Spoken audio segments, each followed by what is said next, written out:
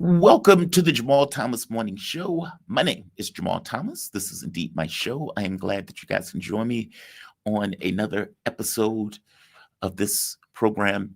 I know it is early in the States. We have fallen back. And so it's a little bit weird in trying to kind of make that jump because the rest of the world hasn't necessarily done that. Nevertheless, we continue, we carry on. I know in the box, I have Sabrina. Sabrina just sent me a text about a minute before the show started saying that she is not going to be able to join today. She's saying that she may be able to join next week. So that obviously damages what we were going to do for 9 o'clock. But we do have really good guests for the 7 o'clock hour and for the 8 o'clock hour. And so this show will continue.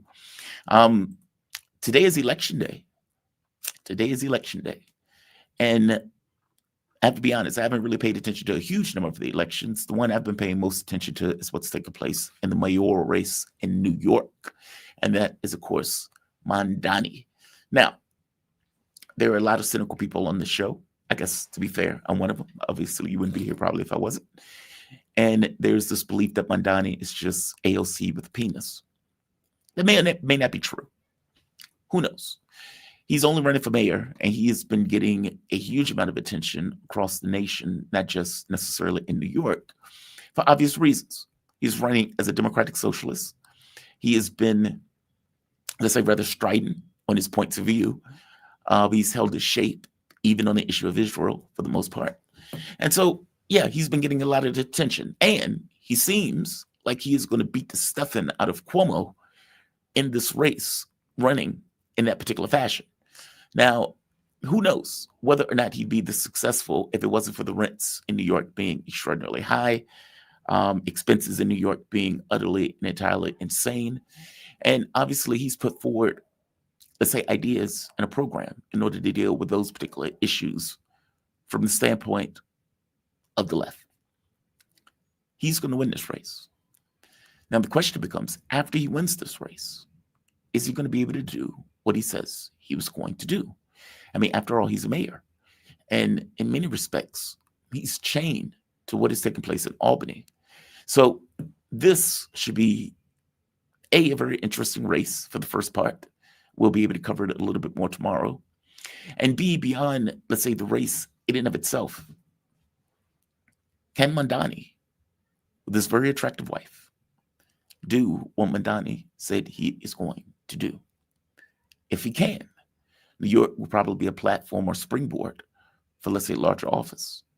If he cannot, this will set back all notions of, quote unquote, democratic socialism in the left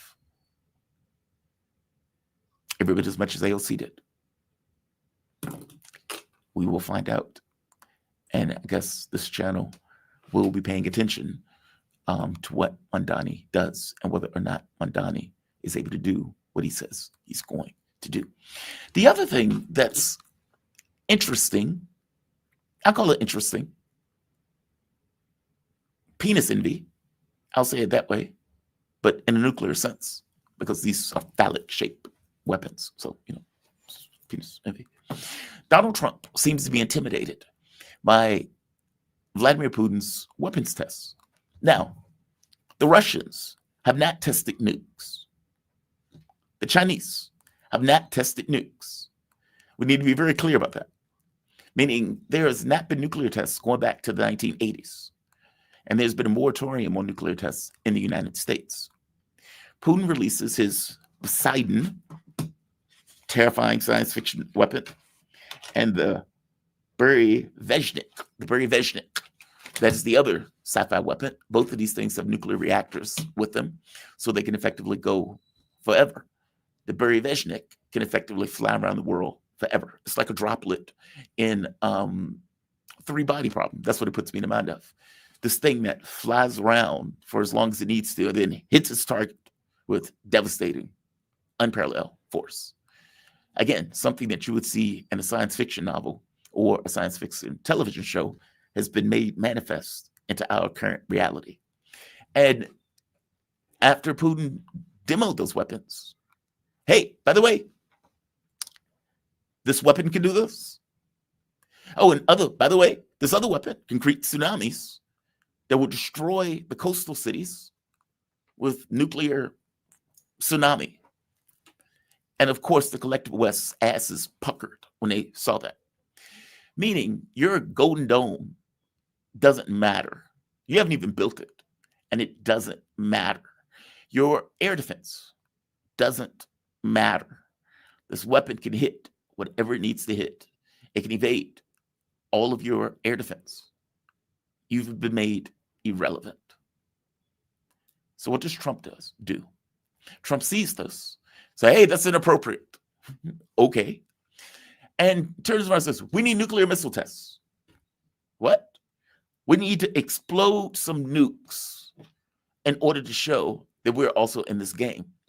Now, the device that the Russians have put out are delivery vehicles, meaning the nukes will sit on the delivery vehicles. It's the delivery vehicle that they've been updating and improving upon. They didn't do anything from the standpoint of nuclear testing. Trump exploding nukes, something that would take years to do in the first place, but B, doesn't really necessarily do anything in the context of a delivery vehicle that would match what the Russians have put out. It's just weakness. It's a strong man being intimidated and believing that blowing off nukes will somehow alleviate the fears from, let's say, other countries looking at the West and the United States specifically as weakening and its deterrent capabilities, or for that matter, its military prowess. It's a show of weakness, not a show of strength. Donald Trump is intimidated. And that's what these nuclear testing that Donald Trump wants to fire off is effectively getting across. Complete and utter intimidation. Putin is riding bare-chested on a bear. Donald Trump sees it, says, wow, look at his abs. I need to go to the gym. And he goes and punches the guy because he feels intimidated and emasculated by what the Russians have effectively put out. That's all this is. So you blowing off nukes does nothing. Does nothing. Maybe you put nuclear particles in the atmosphere. From the standpoint of the people who are looking at this in the world, looking at this, what they see is a declining empire. And a declining empire taking a fake muscular response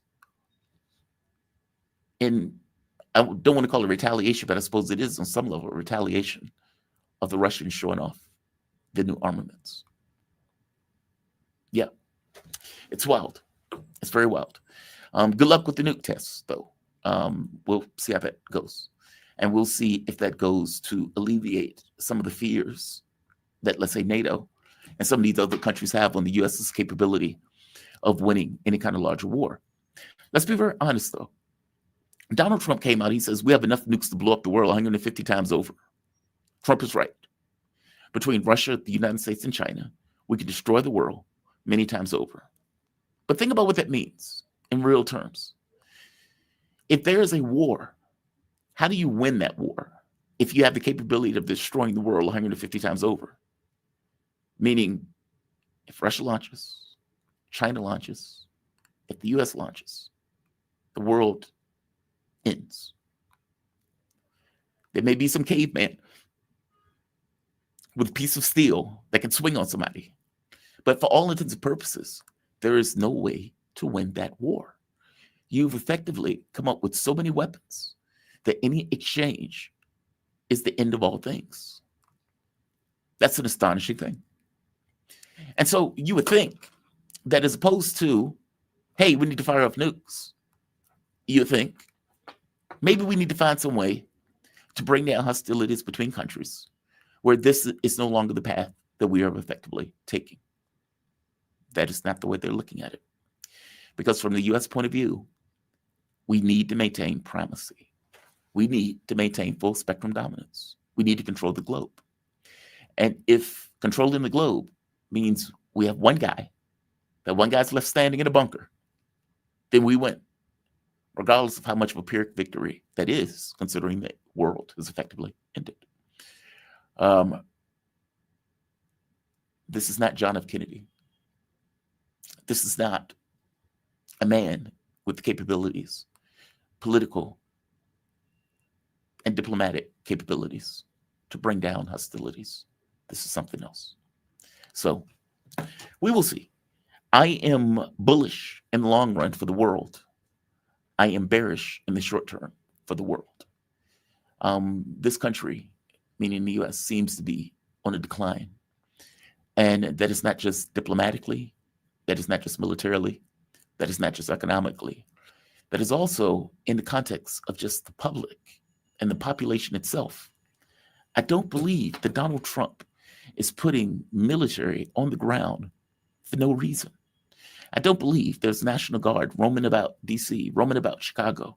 I don't believe that these ICE agents who are snatching people off the streets in these various cities, that these things are just happening for no reason.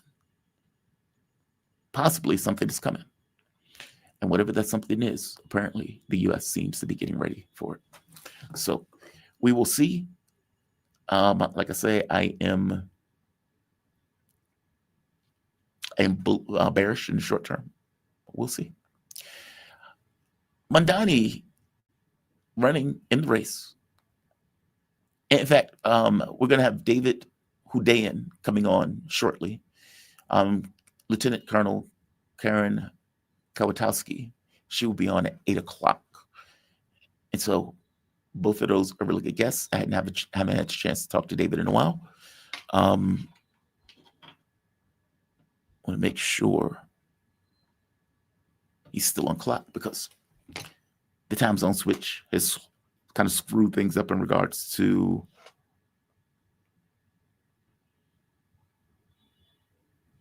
okay. I'm going to trust for a bit. All right. I want to show Mamdani.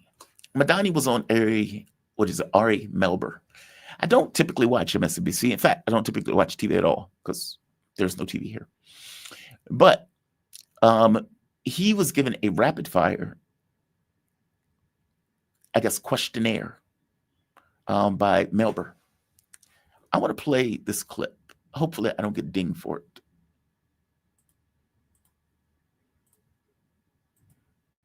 I want to go through his answers. James, he is, for what it's worth, he's a great politician. He beat the stuffing out of Cuomo in the debates and had no issue putting a knife in Cuomo in a way that Sanders would have never done. He's fast on his feet, great looking, has an amazing looking wife. I think I've said that once before. Let's hear him. Carville was here. Okay. And he's been a little bit more of, I think he would call himself a centrist. Okay.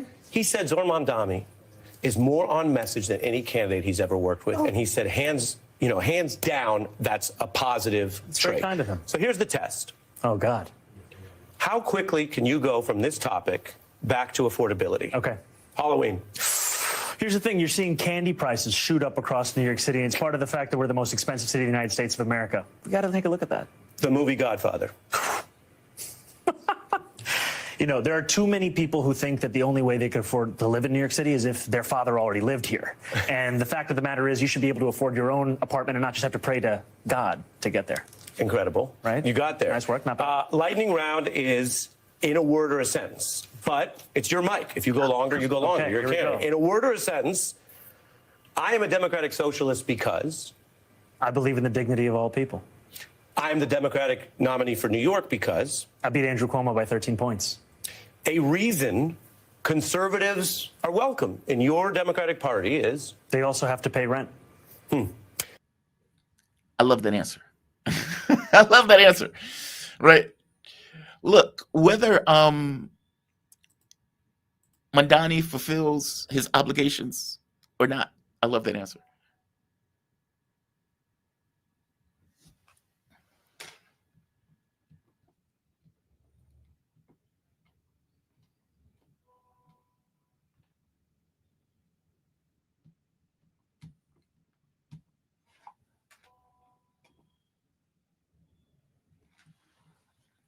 Dude. Yeah, it's as if people don't get that a show is a show. It's like, hey, can I change the time for the show? Dude, no, the show is the show. It is what it is. I love that answer. Hey, why would conservatives vote for you? Because conservatives also have to pay rent, and rent is expensive. And if they want their rent bill to come down, I'm the guy that brings their rent down, regardless of their political affiliation. Yeah, good answer. Good answer. Let's keep going. Something Democrats are right about. That we have to take on an authoritarian administration in Washington, D.C. Yes. Kind of. Okay, I'll let it pass. Something Democrats have gotten wrong. We need to bring back working people as the focus of our party. Yes. Yes. Question. How do you do that? How do you do that?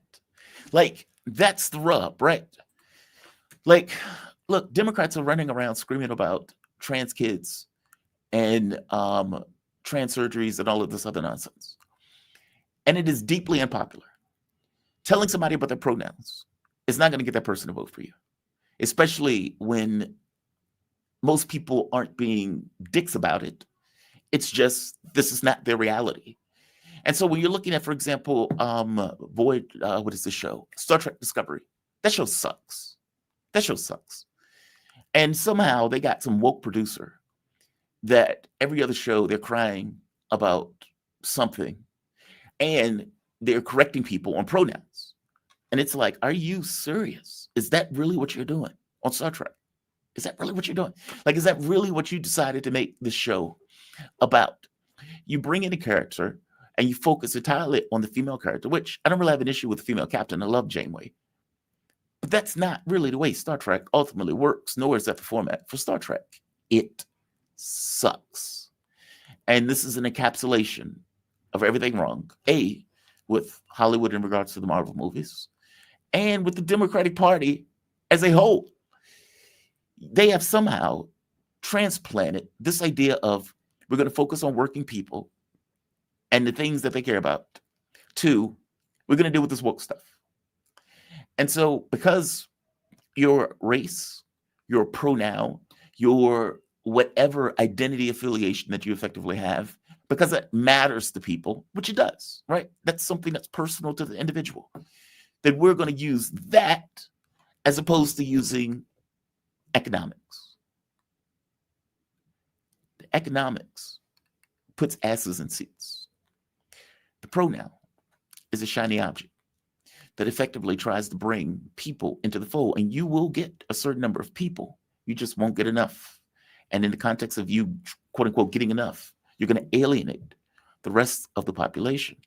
Meaning, if I'm focusing on ensuring that you get health care, let's say Medicare for all, if I am ensuring that your bills are less, if I'm ensuring that you're getting a decent wage, those are things that affect each and every individual on this planet.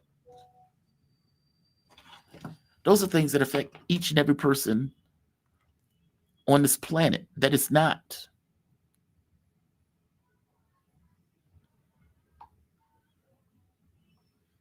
damn it. I didn't send the link. Give me 1 second, guys. I screwed that up. Give me 1 second, 1 second.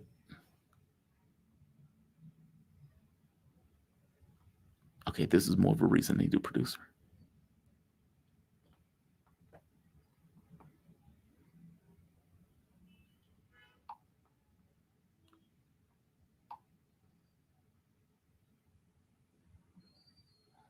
Okay. Those are things that put asses in seats. Those are things that get people involved into the political process. You could still do, believe it or not, this woke stuff. But for all intents and purposes, if you're not dealing with economics, you're not dealing with anything. David, my man, I am so sorry. I screwed that up royally. That is my bad. How you doing, man? You doing all right? I'm not bad. You? I am doing okay. I'm doing okay. Bit show weirdness today with other guests, but it's okay. Thank you for joining me. I deeply appreciate it. David Hundeyin, He is investigative journalist, author, filmmaker, founder of West Africa Weekly, and the 2023 James Curry Fellow at Cambridge University. Can I out your other thing, or still no? Can I you want to do give what? publicity. Sorry. Can I give publicity to your other endeavor? I don't want to out Oh it if yeah, you yeah, don't want yeah, me to. yeah, yeah, yeah. Absolutely, Okay. absolutely. David has a radio We can station, answer that. It's fine. and that radio station has just been launched. David, what is the name of that radio station? It's not a radio station. It's an online platform.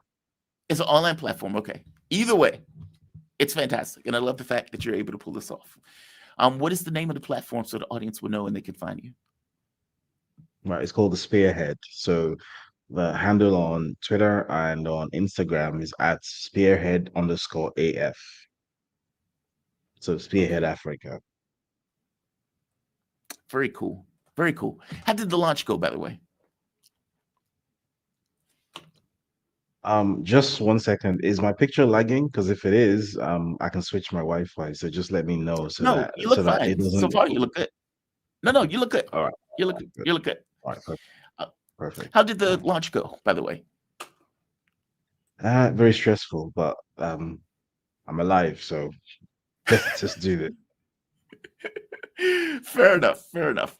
I wanted to bring you on. Initially, there were other topics from last week, but this week, Donald Trump has effectively threatened Nigeria, claiming that there's a genocide of Christians that are taking place in Nigeria. Now, let's put aside the fact that Donald Trump effectively paid billions of dollars for the massacre and the murder of Palestinians.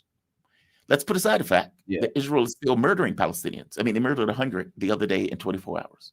Let's put all that aside, which is a massive amount to put aside. Is there a genocide of Christians taking place in Nigeria at the moment? There is a genocide of Nigerians taking place in Nigeria. Now, the use of the word genocide, I have to admit, is very problematic because where you have a sustained pattern of mass killings affecting both Christian and Muslim populations, and the attackers are supposedly Islamists. What do you call that exactly? This, I guess, has been a problem that even I have contributed to in some way. As you may recall, I was part of a project team that put together a report back in 2019, which was presented to the then US Secretary of State, Mike Pompeo, which led to Nigeria being designated as a country of particular concern back in November 2020, shortly before Trump, in October 2020, shortly before Trump lost the US election. And the title of that report was Genocide in Nigeria, Silent Slaughter, Genocide in Nigeria and Implications for the International Community. And I guess the thrust of that report was that even though both Muslims and Christians are being killed in these areas, that the rate of Christian deaths is higher than the proportion of Christian deaths is higher than the proportion of the Christian population in those areas. So let me use a simple illustration to explain this. So assuming there's a village and there's 1,000 residents and there are 900 Muslims and 100 Christians in that area, and then the attackers come in and say they kill 100 people and they kill 60 Muslims and 40 Christians, right? So the thrust of that report is that based on the population share that Christians have, they were being killed at a disproportionate rate, which is why the word genocide was then used.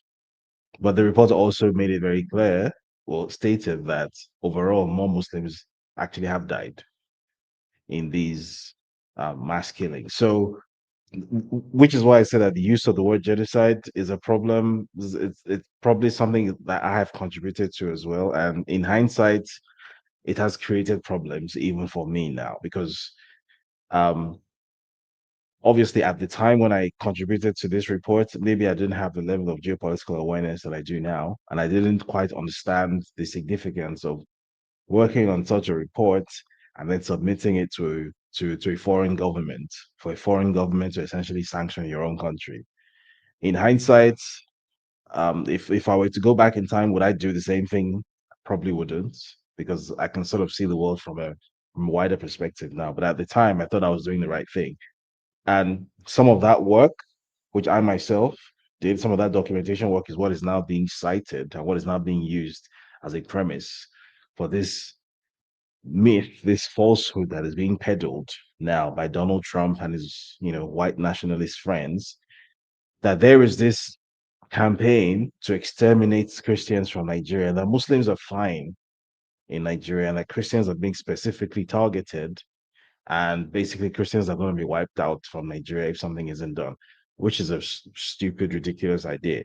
Nigeria's population split between Christian and Muslim is almost 50-50. I think it's the official numbers put it at about 48% Christian and about 52 or 51% Muslim. So how do you propose to exterminate half of the population in the first place? Mathematically, the numbers don't make sense. And then on the ground, that is not what is happening. Both Christians and Muslims are being killed, are being attacked, and there are actually more Muslims dying.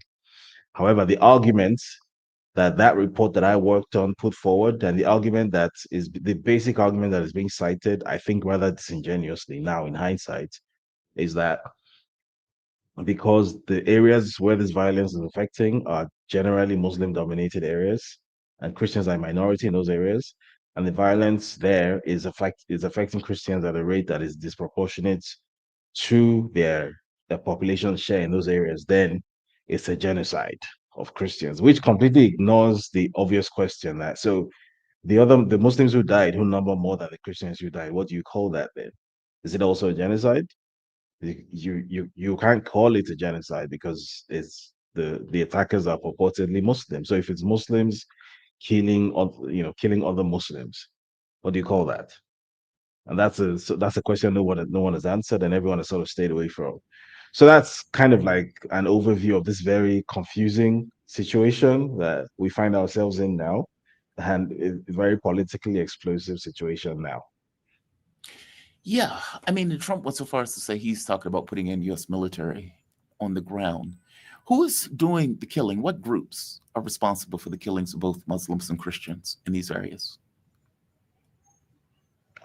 So we know the names of a few. So groups like Boko Haram, groups like ISWAP, that's the Islamic State West Africa Province, groups like the JNIM, which recently conducted its first attack in Nigeria, groups Mhm. like AQIM, that's Al Qaeda in the Maghreb, which has also the Maghreb is basically North Africa, but it's also that group has supposedly been active in Nigeria as well.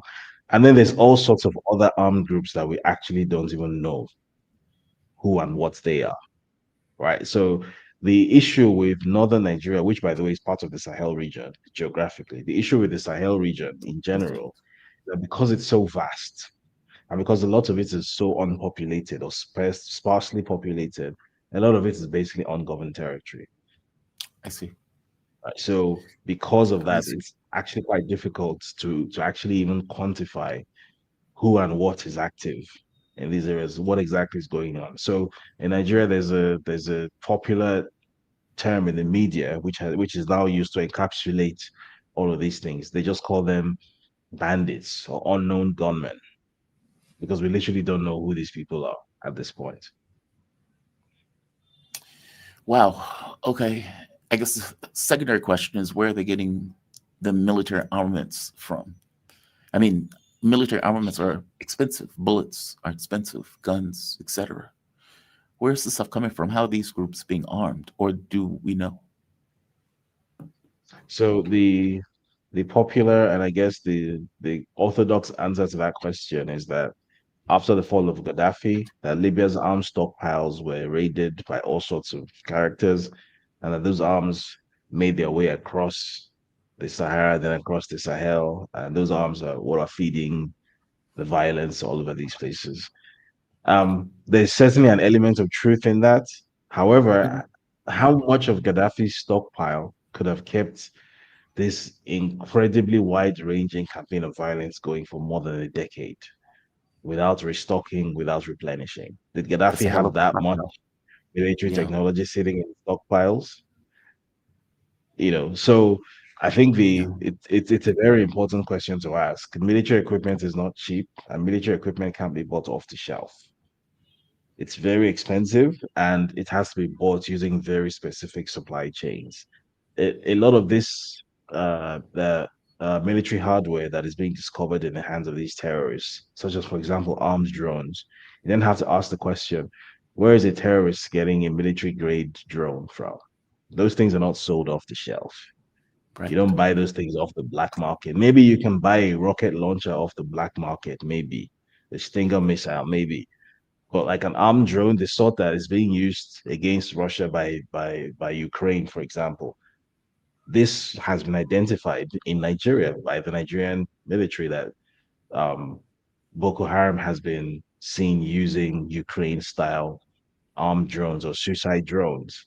So you then start to ask yourself, these are supposedly, semi-literate, uneducated, rubber slippers wearing, not very intelligent Islamists trekking through the Sahel without showering for days. So where is the expertise and know-how for operating that sort of extremely advanced equipment, right? We're talking about when we talk about military drones, we're not talking about your civilian DJIs that work at short distance or that you can put a 4G SIM card into it. And no, this is stuff that requires like satellite connections with huge running costs, right? We're talking about drones that have like $1,000 per hour running costs. So Yeah. where on earth are these people getting such equipment from? That's a very important question to ask. And more importantly, the entities that manufacture this equipment and that control these supply chains, who are those entities? Where are those supply chains residents? Where Sorry, there's a phone ringing in the background, so that's the noise that you're hearing. We're You're just gonna fine. have No, to you're fine. do it. I don't So even hear it. I don't even where, hear it, to be honest.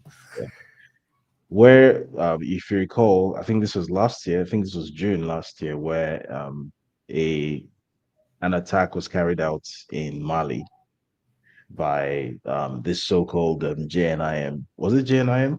No, supposed Free Azawad movement. So essentially, there's a group in northern Mali that are trying. It's like a breakaway sort of secessionist group, which is Mhm. being funded by France. So they call themselves the Republic of Azawad. They're officially recognized by the Malian government as a terrorist entity. Right. So they carried out an ambush against the Malian military and they supposedly killed 40 Malian soldiers along with several Russian private military contractors that were accompanying them.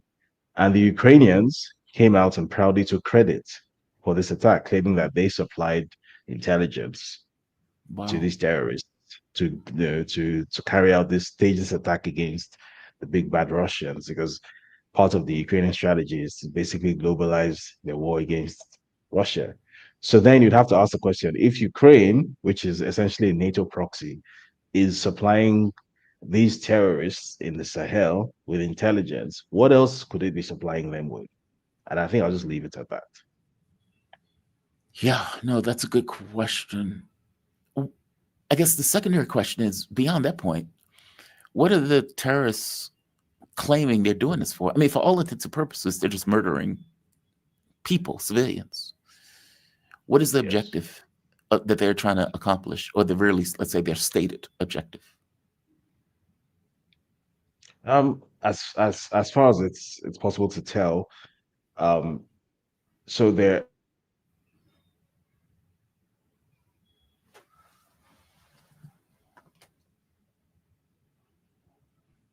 Yeah, hello, Yeah, I can hear you hello, now. I can hear you. Can you right? hear me? Okay. Yeah. So I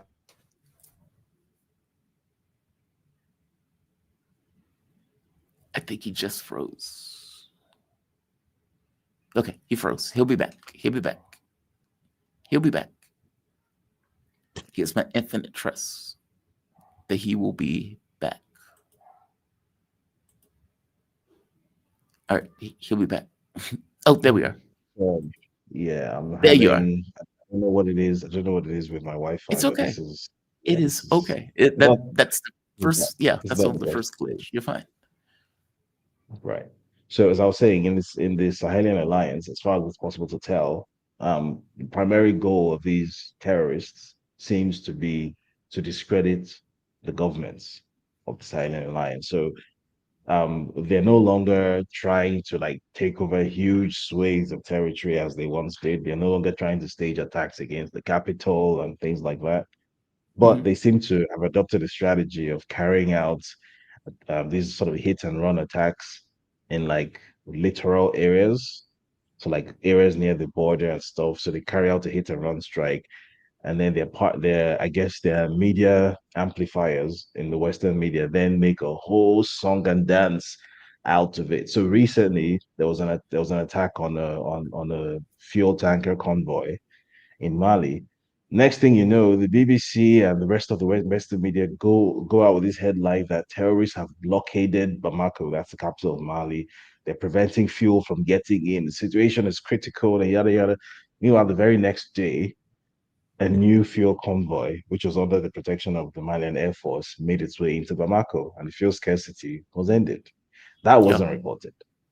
So it would seem like, as far as the Sahel goes, a good part of the strategy is basically to discredit the Sahelian governments. Now in Nigeria, that's where I guess the picture gets a bit more complicated because Nigeria um, is not on the wrong side of, I guess, the people who are trying to discredit the Sahelian governments. Nigeria is Hmm. basically a U.S. client state.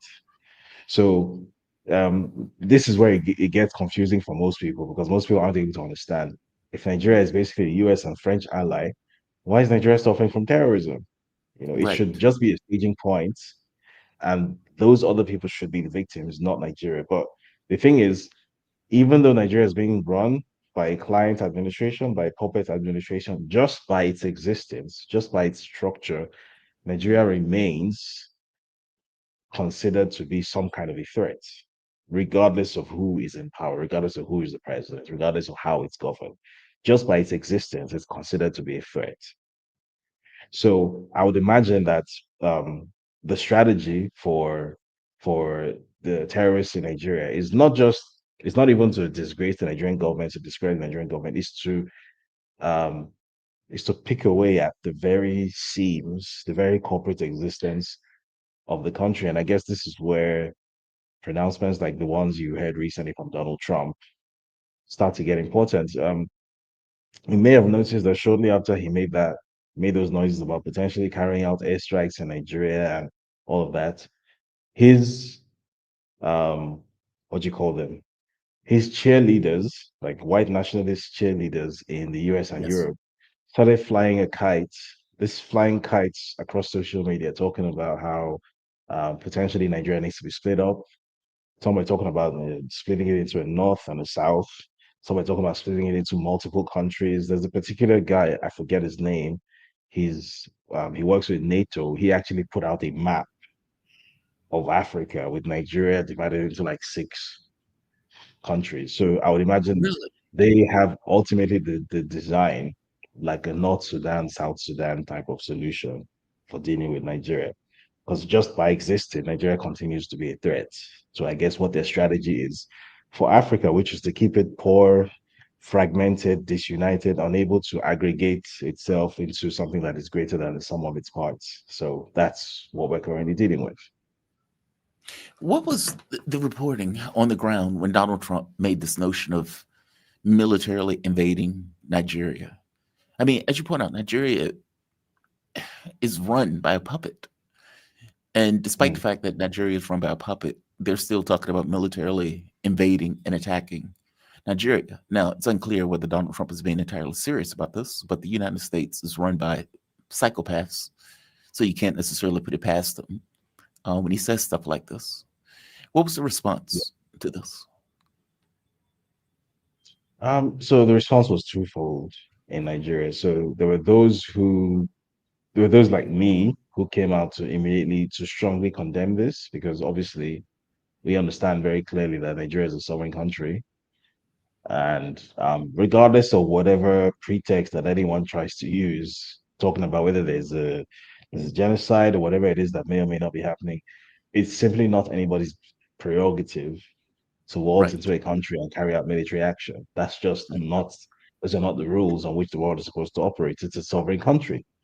It has a military. If you feel so strongly about what may or may not be happening, engage it diplomatically, right? That's what those diplomatic channels are for. If you feel like this country um, is not doing something you'd like it to do in a military sense, it's letting certain people die or whatever, you can offer military aid. You can do a bunch of things. Why are you Mhm. threatening to essentially invade someone else's country? A sovereign, especially a country that has the history that the US does in terms of invading other people's countries. So there was that reaction, which Yes. I would say, unfortunately, was probably the minority reaction.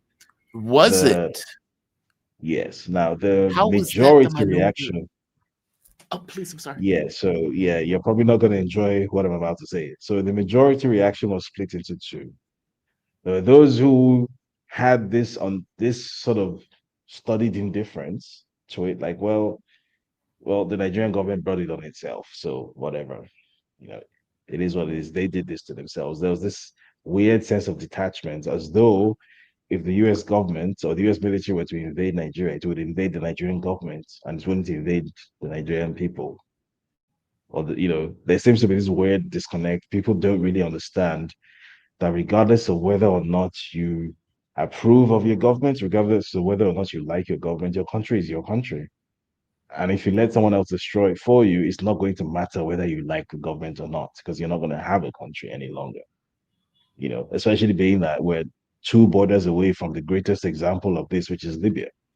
Yes. So that was where. And then the second half of the second group were those who were openly cheerleading for this, those who were ecstatic because I'm going to use a term you've probably heard before, which is mental colonization, right? These are a very large group of Nigerians who have this very unfortunate idea that they are sort of deputy Americans. A lot of the media they consume is either American media or US funded. Most media they consume is US funded in some way, shape, or form. Nigeria's entire information space has been cornered for decades. So these are people who grew up watching and consuming American content and entertainment, reading American funded news and current affairs, and engaging the world from an American point of view. Right. So these are people who think, right, the big daddy, the superhero in the movie is here to save the day. Captain America is coming in to come and save us. So trying to explain to these people that when Captain America comes in to save a country, that country ends up looking like Libya. what Laos or Cambodia or Vietnam looked like, or what Libya currently looks like, Yeah. or what Syria looks like. That's actually, or Afghanistan. That's actually what Captain America's intervention looks like. They don't understand what you're saying at all, because all they know is that America is the good guy, and these people, this group of people that we hate, call them terrorists, call them Islamists. Some even just hate Muslims as a whole, right? These people are the bad guys. So the good guy is here to save the bad guys, to save us from the bad guys, right? So the bad They guys are didn't. going to be defeated, and finally we shall be free because Big Daddy Uncle Sam, and what further complicates this, in ways in ways that I personally find so dismaying is that a large proportion of this group of people that I've just described, they happen to be Christian, and not just Christian in the religious sense. They happen to be they're the type of Christians who, again, because there's been this U.S. capture of Nigeria's information space. So these people have grown up watching Kenneth Haji, whatever his name is.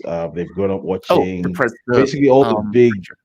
the big US prosperity preachers. They've grown up Yes. watching these people, and then they graduated to people like Charlie Kirk and whatnot. By the way, when Charlie Kirk died, there was a whole thing in Nigeria.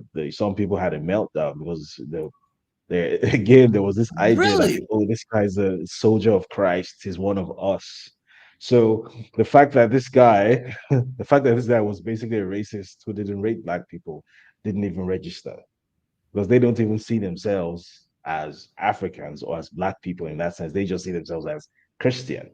So David, you they can't be serious. imagine. So this demographic of people imagines that when Stephen Miller talks about Christianity, that what he's describing is what they are familiar with as Christianity. So the concept of Christian nationalism, which is a concept that should horrify them, being the black people that they are, they don't even Yes. understand what it means.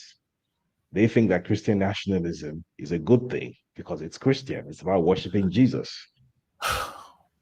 So Yeah, there's that very significant demographic who believe that, you know, Uncle Sam is here to save them, because and then Donald Trump obviously kind of, I believe this was deliberate. He kind of leaned into that with his message where he talked about we're here to save our precious Christians. So, a lot of people just their heads absolutely were absolutely blown by that. Oh my God, we have been recognized by the President of the United States. And he called us, so we are important to the greatest power in the world.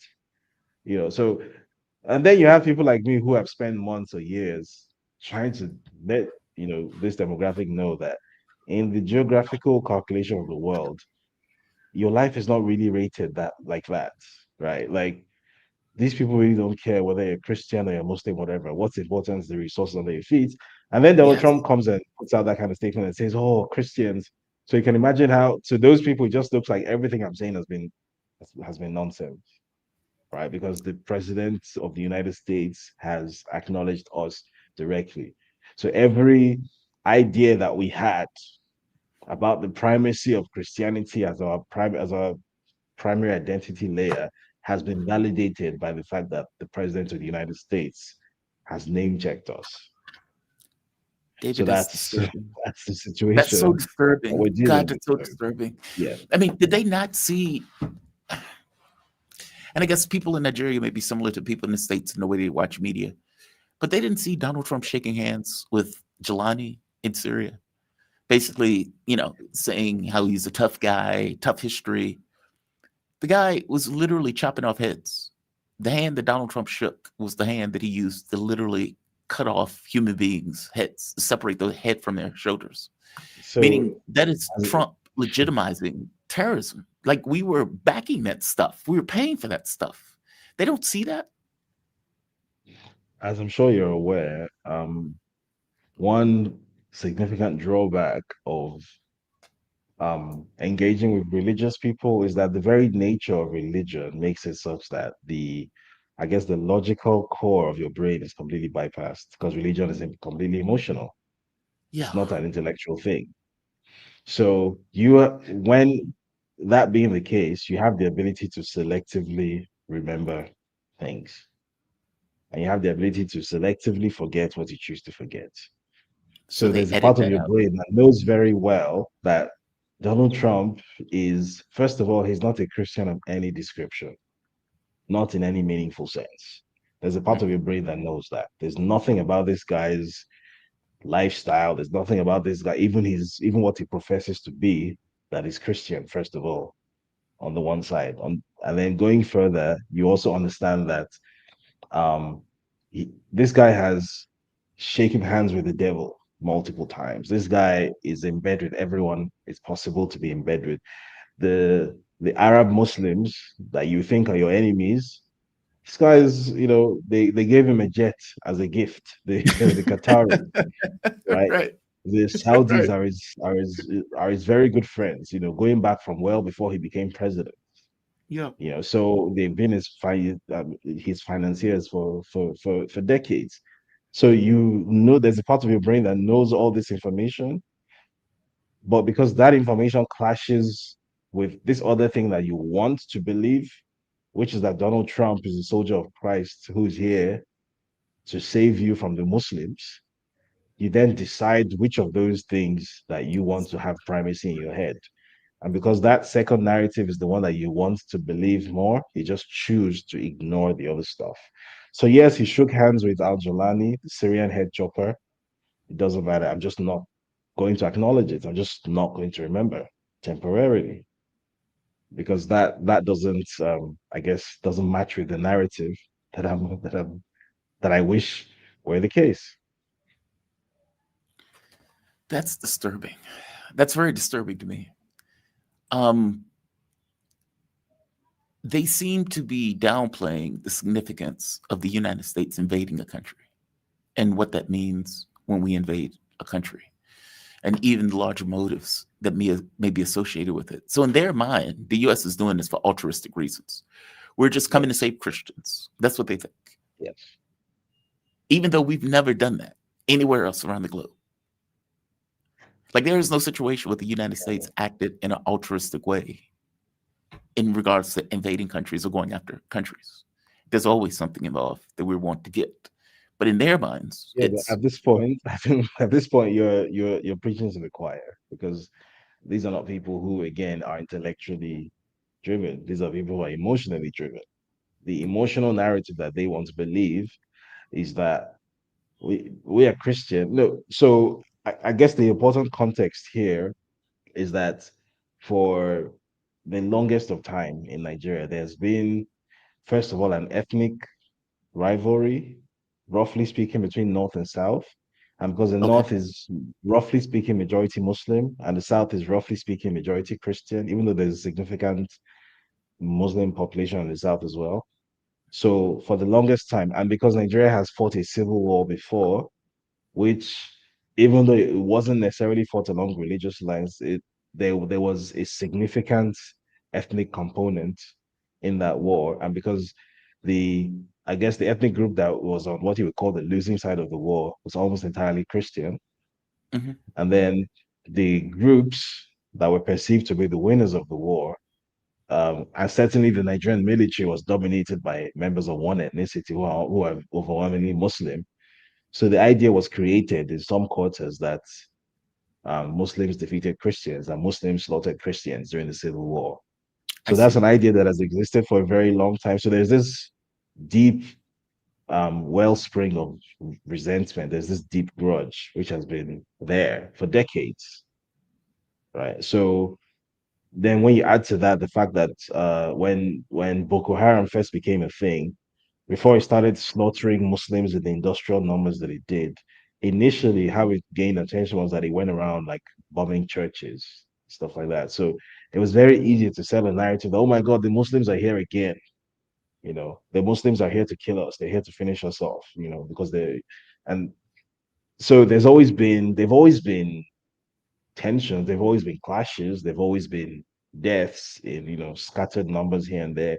When there's an election, for example, in 2011, the election that took place where the two front runners, that's the incumbent and the challenger, one was Christian, one was Muslim. So that election took on that characterization, and the incumbent won. He was a Christian, and there was a riot in the north, which is majority Muslim, and over 800 people died. So these resentments have been there for a very long time. So it's very easy to see why, for some, it really doesn't matter what people like me have to say. It doesn't matter how much data we can show. It doesn't matter whether we can prove what we're saying intellectually. All they know is that the Christians are the victims and the good guys. The Muslims are the aggressors and the bad guys. And anyone who is here to fight for the Christians and fight against the Muslims and get rid of the Muslims for us is the good person. So the world in their minds is divided into this very binary place, which obviously Christians you and versus I know Muslims. that's not how the world works at all. That is But not the way the in world there, they works. have been conditioned. They have been conditioned to see the world exclusively in terms of who is Christian and who is Muslim, to the point where even during the genocide in Gaza, the entire conversation in Nigeria was basically defined by who was Christian and who was Muslim. So Are you those who consider serious? themselves, yeah, those who consider themselves to be Christian were supporting Israel because they thought that being a Zionist or whatever somehow puts you, on the side of Jesus, It right? doesn't. But it And doesn't. then They've destroyed those who every consider church. and then those who consider themselves Muslim were obviously on the side of Palestine, not because there was any real intellectual understanding of the monstrosity that Palestine is undergoing and the wider implications for the rest of the world, but simply because all Palestinians are Muslims. So they are Muslim brothers. So That's that's the so very disturbing. unfortunate, very That's unfortunate so reality that disturbing. Nigeria deals with. Do you know they destroyed every church that was in Gaza? Just eliminated every church. They didn't care if they were Christians. They didn't care if they were Muslim. They just wanted to take the land. Like the idea that that's this. Oh God, man, that sucks so bad. Because to me, I Yeah, look at it and say, several. human beings are being killed. That's the way I look at it, right? And they're looking at it as, well, they're killing Muslims, so it's okay. Yeah. And if you were to tell them, for example, that there's a significant Palestinian Christian population, they'd look at you funny. Because I've actually told someone this before and he accused me of lying. That But I there made is a it up. significant Palestinian Christian population. Yeah, but I was accused of lying. I made it up. All Palestinians are, rag wearing Arab Muslim terrorists. Apparently, you know, I should also mention that Wow. in as much as US media obviously plays a very large role in Just this wow. large scale industrial brainwashing of Nigerians, it probably won't surprise you to know that there's also a lot of Israeli presence as well. Maybe not as In Nigeria. visible as the US presence, but the Israeli presence, the Israeli influence is there as well. So a lot of these narratives, which people now believe, were not organic, right? Something pushed them into people's Yeah. minds. And if you examine where the funding pipeline of that something is, a lot of the time it leads back to Tel Aviv. And I'll give you an example of this. So for partly as a result of the Civil War, right? Because the Civil War, the region that tried to succeed, which, as I said, was majority Christian and dominated by one ethnic group, even after the war, that secessionist idea continued. It didn't Mhm. die after the war. So the people you hear calling themselves Biafran separatists, that's where that came from. And sometimes, so I grew up understanding Biafran separatism to be like a thing that was discussed by like men in their 50s and the 60s who witnessed the war and who had grudges. It was an old people's thing. Yeah. Then, sometime around 2012, all of a sudden, out of nowhere, there appears this charismatic, young, for lack of a better term, leader who emerges, and his name is Nnamdi Kanu. He emerged pretty much out of nowhere, and all of a sudden, he set up like a pirate radio station called Radio Biafra, and it had reach all over that region of Nigeria, and he became this extremely powerful, influential figure. And then the violence started because then he started encouraging his followers to take up arms and things like that. Wow. And currently, he's in prison now. He's accused of terrorism and all of that. But the point is, when you then Came out of examine nowhere. how all of this happened, how did that meteoric rise happen pretty much out of nowhere? You realize, for example, that this guy, um, so Biafra, the ethnic group that makes up the majority of what calls itself Biafra is the Igbo ethnic group, right? These are West Africans. These have always been West Africans. They are 102% West African with a 2% margin of error. If you to quote a popular joke, right? All of a sudden, out of nowhere, you start hearing about how they're supposedly the 12th tribe of Israel, the 13th, the lost tribe of Israel, and they have a Jewish origin. And then the Uh-huh. Biafran flag, which has always been the flag, was inspired by the tricolor flag of Marcus Garvey. That's the red, black, and the green, right? Yeah. That has always been the Biafran flag. All of a sudden, a Star of David appears in the middle of the Biafran flag, What? right? And then Oh, it's wild. this guy, the leader, Nnamdi Kanu, he shows up like out of nowhere. He appears that that famous wall in Israel that people go and do Yeah, that the thing. Wailing Wall. Yeah. He shows up there, and there's a photo up, and he's dressed in like the traditional like Hebrew outfit with the thing on his head, and it's like, what is going on here? I thought you were an ethnic Igbo separatist who was Christian. Now all of a sudden you're talking about yeah, infusing like Jewish mythology into this separatist idea that you have. And then Radio Biafra has resources that nobody can explain how. So there was I think it was in 2015 or 2016, the largest telecoms company in Nigeria is called MTN. Um, they discovered that some of their engineers had actually been paid to install Radio Biafra transmitters on MTN mobile telecoms masts. So basically, MTN infrastructure was being used as a piggyback for this Radio Biafra thing. So you now then ask yourself, this thing which basically started off as a YouTube channel, with which money were they able to get radio transmitters? These things are not cheap. They And you're hijacked. talking about a region like the entire southeastern region of Nigeria. That's at least 200,000 square kilometers. That everywhere is covered by this radio station. How did they get transmitters in that number and of that quality to cover the entirety of a region of Nigeria with this blanket propaganda message? You know? And when you dig into it, almost inevitably everything leads back to Tel Aviv. So that's where all of this is coming from. It's not because Nigerian people are just dumb, right? There's been an industrial brainwashing effort from so many different angles to ensure that people are conditioned to see the world in ways that are not true, to see the world in very reductive, foolish binaries, and to Yeah. see pictures that are not there, and to identify themselves in ways that are not useful to their own development. Wow.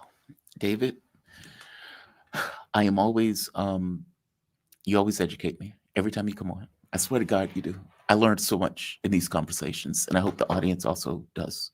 Thank you for this. Honest to God, man, I really appreciate it. David Hundeyin, he is investigative journalist, author, filmmaker, founder of West Africa Weekly and 2023 James Carey Fellow at Cambridge University. Also, Spearhead online platform. Definitely check it out. And where can they find this one more time? I have Spearhead AF. Spearhead_AF, Twitter, Instagram, TikTok. Badass, man. Thank you for this, David. You be safe, okay? Thank you for having me. Bye-bye. All right. And I see my other guest in the background. Karen, how you doing today? You doing all right? Fine. Yep, doing good. Good. We are joined with former Lieutenant Colonel Karen Kwiatkowski. Want to make sure I got that right. She is a retired U.S. Air Force officer whose assignments included duties at the Pentagon desk officer in various roles for National Security Agency. After retiring, she became a noted critic of the U.S. involvement in Iraq. Karen is known for her insider essays denouncing a corrupting political influence on military intelligence, especially leading up to the 2003 Iraq War. Her PhD thesis was titled Angola, a Case Study and Implementation of the Reagan Doctrine. She is founding member of Veterans Intelligence for Professionals for Sanity, Veteran Intelligence Professionals for Sanity, VIPS. That is with Ray McGovern, and there's another gentleman that was also associated with this group. Oh yeah, Ray for sure, and yeah, there's a bunch. And John Kiriaka, have you ever heard of him? Yeah, Love John. John has been on the show. Yeah, he's great. He's fantastic. Yeah. He also was I don't know if he's a founding member, but he's part of it. Yeah, a lot of the whistleblowers, and hopefully we'll get. I mean, we're seeing more and more. Well, not as the rapid pace that we'd like, but there are more whistleblowers coming out of the national security infrastructure, and more too. John is awesome. I used to work with John. John is fantastic. And just for the last part, while in the Air Force, she wrote 2 books: African Crisis Response Initiative, Past, Present, and Future, Expeditionary Air Operations in Africa, Challenges and Solutions. She contributed to Ron Paul, A Life of Ideas, and Why Liberty, Personal Journeys Towards Peace and Freedom. She has been featured in several documentaries, including While We Fight. She's written for LouRockwell.com since 2003, and her work has appeared in Salon and American Conservatives. She has an MA in government from Harvard, an MS in science management from the University of Alaska, and a PhD in world politics from Catholic University of America. So I should be calling you Doctor. No. You can, but that's not how with academics, it's not the same. They made such fun of Jill Biden. Remember that? I don't know if you remember how much fun they made of her because she wanted to be called Dr. Biden. Dr. Jill Biden. Dr. Jill. Yeah. Well, and it was like, I mean, I think she had a PhD educational leadership or something like that. And Yeah. so Well, I think for most, go ahead. Dr. Lieutenant Colonel Yeah, Karen Kwiatkowski sounds fantastic to me. yeah, it's a little much. Yeah. Thank you for joining me, by the way. I really do appreciate it. I always appreciate these conversations. I think one of the first things we should hit, since you have several books on the issue of Africa, Donald Trump talking about invading Nigeria. That is wild to me. Well, yeah. I just had a conversation with the gentleman about it. He lives in Africa. He was kind of making his point. But from the American point of view, where does this come from?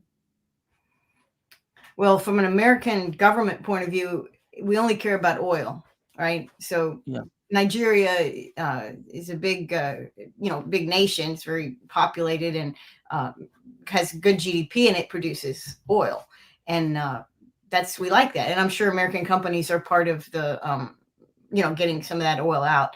So, and then of course it fits in with the whole anti-terrorism type thing that we've been developing as a concept. Not that we haven't been causing it. I'm not sure if we're not making the terrorism in, this whole Islamic war all across Africa, North Africa, the Middle East. It goes back to even before bin Laden, but the idea that there is Western hating, American hating, Islamic terrorists that are just running absolutely wild, and America stands between that and destruction. That's a false narrative, of course, because we used bin Laden. Bin Laden was our guy for quite a while. Against the Russians in Afghanistan. That's when the CIA first ran into him, and he's from a rich Saudi family. You know how tight we are with the Saudi government, and I don't care what your president is. They're all friends with the Saudi government. Money, oil, this thing kind of fits together. And of course we arm all of these governments that they themselves, you think about UAE, you think about Saudi Arabia, just as an example. They're not democratically elected governments. These are family rule type, in many ways, tyrannies that are backed by and many put in place by the West, whether it was Great Britain, America, United States. You go back to our history with Iran. We like to place 1953, the overthrow of Mossadegh. We like to put our own guy in there. And then once a person is in charge, and we can jump forward to Netanyahu, right? He's been in charge for 20 years, but what is Netanyahu's, how does he stay in office? Well, he stays in office because there are threats to his nation that he is able to not just articulate and react to, but that helps him maintain political power. So that strategy that we see in Israel today, but we see it everywhere. And we see it in a lot of our American, so-called American allies abroad. They need conflict. They need anti-government groups or terror groups. And so it serves all of us. It serves the American government. It serves those governments.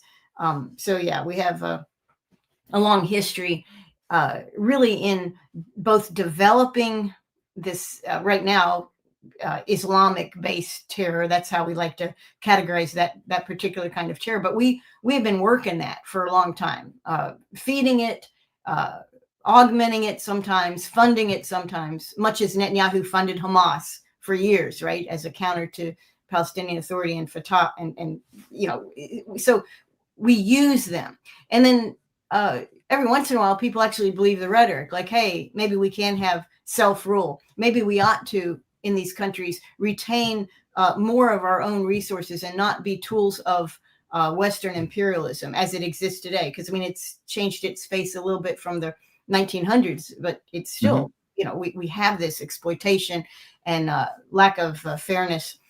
And so when people start to see that and recognize, hey, we have power, we should try to take it. Then we go, oh my gosh, it's the enemy is attacking and we must do something. So part of it is just Trump and his narrative. Part of it, I think, is oil, because you could pick any number of countries around the world. And actually, if you look at many of the conflicts around the world, whether they're somehow related to so-called Islamic terrorism or other anti-government movements, or conflicts, if you look one step below the surface, it's all about resources. And Yes. if we talk about resources, then it all becomes, well, America is a big United States government. I shouldn't say America. Most Americans, they're not paying close attention to any of this. They're not told about it in their media. Mm-hmm. They're not paying attention to it because Americans are working hard trying to keep their head above water. That's the average American. The average American is just worried about, are they going to make their bills, right? They're not. Right. They're not thinking about the rest of the world. So, but the government is. The government is very interested in resource control, in gaining strategic advantage for some future next war. Anything to justify how they're making their money. And again, it does come back to the military-industrial complex, which needs enemies. So part of that is that's a general answer for why Trump would mention Nigeria. And the other thing I think is, I hadn't given this a lot of thought, but I have a feeling that his language just now in the past couple of weeks, especially with Nigeria, but also with other things, he's starting to say, well, protecting Christians, and there are a ton of Christians in Nigeria. Nigeria is a lot. It's heavily Christian, and then it has some geographical divisions. But so he's trying to say, I'm protecting Christians, and that to me is a feint. It's a dodge from what this government and the European governments have been blamed for, which is true. They should be, is not protecting Christians in Gaza, because while Gaza is, we like to, there's a move on. I hate to bring up Israel again, because I know you're best mentioned it, but you got to call it like it is. Israel has a huge narrative problem, public relations problem, and they have already stated, and in America we see this a lot because we have a strong Jewish community. We also have a strong neocon community in media, and their emphasis right now has been, hey man, this anti-Semitism has got to go. You guys all need to get with us and hate on Muslims. You need to hate on Muslims. You need to hate on Arab Muslims in particular. That's what you need to be focused on. And so we're seeing this increase in conversation about Muslim or Arab.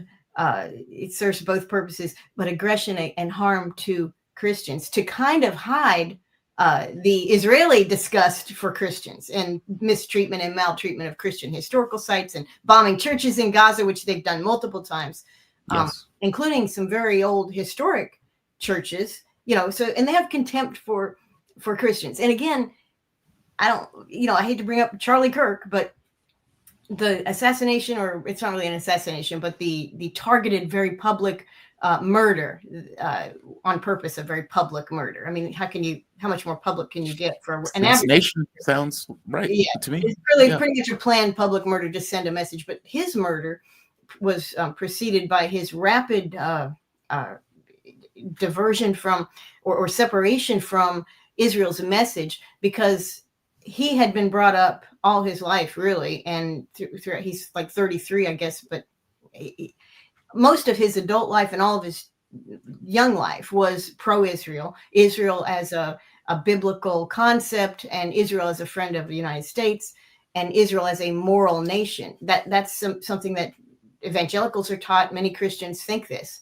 And he thought that.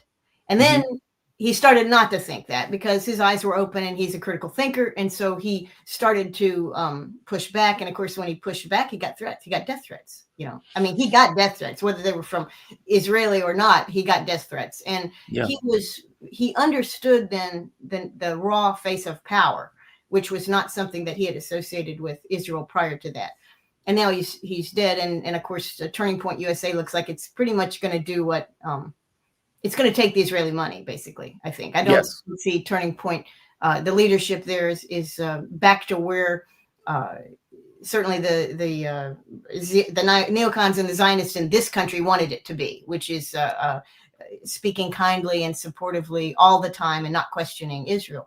But that criticism of Israel for what it's doing, that Charlie Kirk kind of was a part of, and of course other people are too in this country, is causing people to say, well, how do they treat Christians? Well, it turns out Israel Not very well. despises Christians. So they can't have that on the mainstream media in the West, certainly not in the United States. So we're seeing, and I think this is part of it, because, you know, the world is really small in terms of communications and how we share language, you know, how we share stories. Our stories are shared globally. And the story now coming from Israel and Israel's strong supporters in the United States is Israel protects Christians, and Islamists and Arabs don't tolerate Christians, show intolerance. And that is in part, this is part of the pushback. You know, the biggest for Israelis, for the Israeli government, for sure, and probably 80% of Israeli citizens,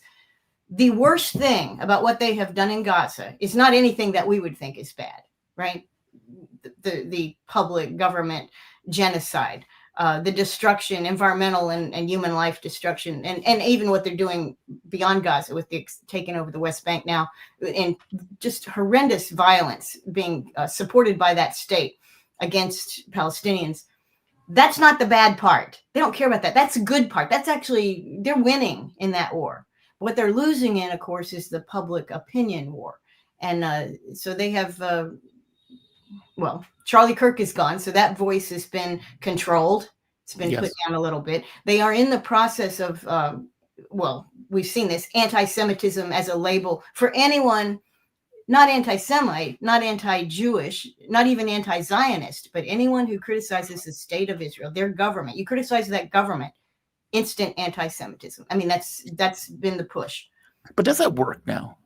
No, I mean, it doesn't work, but it doesn't work anymore. But it seems like that has been completely like shown to be a farce. Like I was watching Piers Morgan. Well, yeah, a segment of Piers Morgan, and the woman they were criticizing Israel, and she was like, "You are, you know, all of this anti-Semitism," and it seems to fall flat at this point. It's like, dude, you guys have been murdering people left and right. How are you using this anti-Semitism stuff? It is not working. It's certainly not working in the United States. I don't think it's working in Europe. The rest of the world wasn't susceptible to this anyway. I mean, the rest of the world has more even-handed. They understand what colonialism looks like. They recognize it when they see it because they've experienced it relatively recently. So it doesn't work on them. Works on them. It did work a little bit on Americans, but it is falling flat. Like you say, it's falling flat. So now what doesn't fall flat with the United States? Well, 9/11, right? This whole thing, which we were attacked by Islamic terrorists, which we weren't, obviously. I mean, you know, there's a whole another explosion of information and interpretations of what actually happened on 9/11, led by mainstream, increasingly what looks to be mainstream media, which is very exciting to me because I've always been I mean, the names, you know, I was in the Pentagon when it happened, you know, so I was interested in what happened, and I had some eyewitness, not so much inside the building. I was inside the building, but I have some thoughts on that, right? And I did a good amount of research, just like a lot of people have done, and I came to a certain set of conclusions, and those conclusions were verbatim. Okay, those conclusions are basically getting called names, right? Back years ago. I don't know if you've seen his they're doing it. Yeah. that segment is infuriating. Yes. Like, because when you watch that and you come to you're stuck with a few conclusions when you watch that. And one of them is, okay, so A, they brought the terrorists into the country, the CIA. B, they didn't tell the FBI. D, when the towers fell, there's no excuse for Tower 7. That is weird. That's an anomaly by itself, right? Yeah. There's no explanation for that.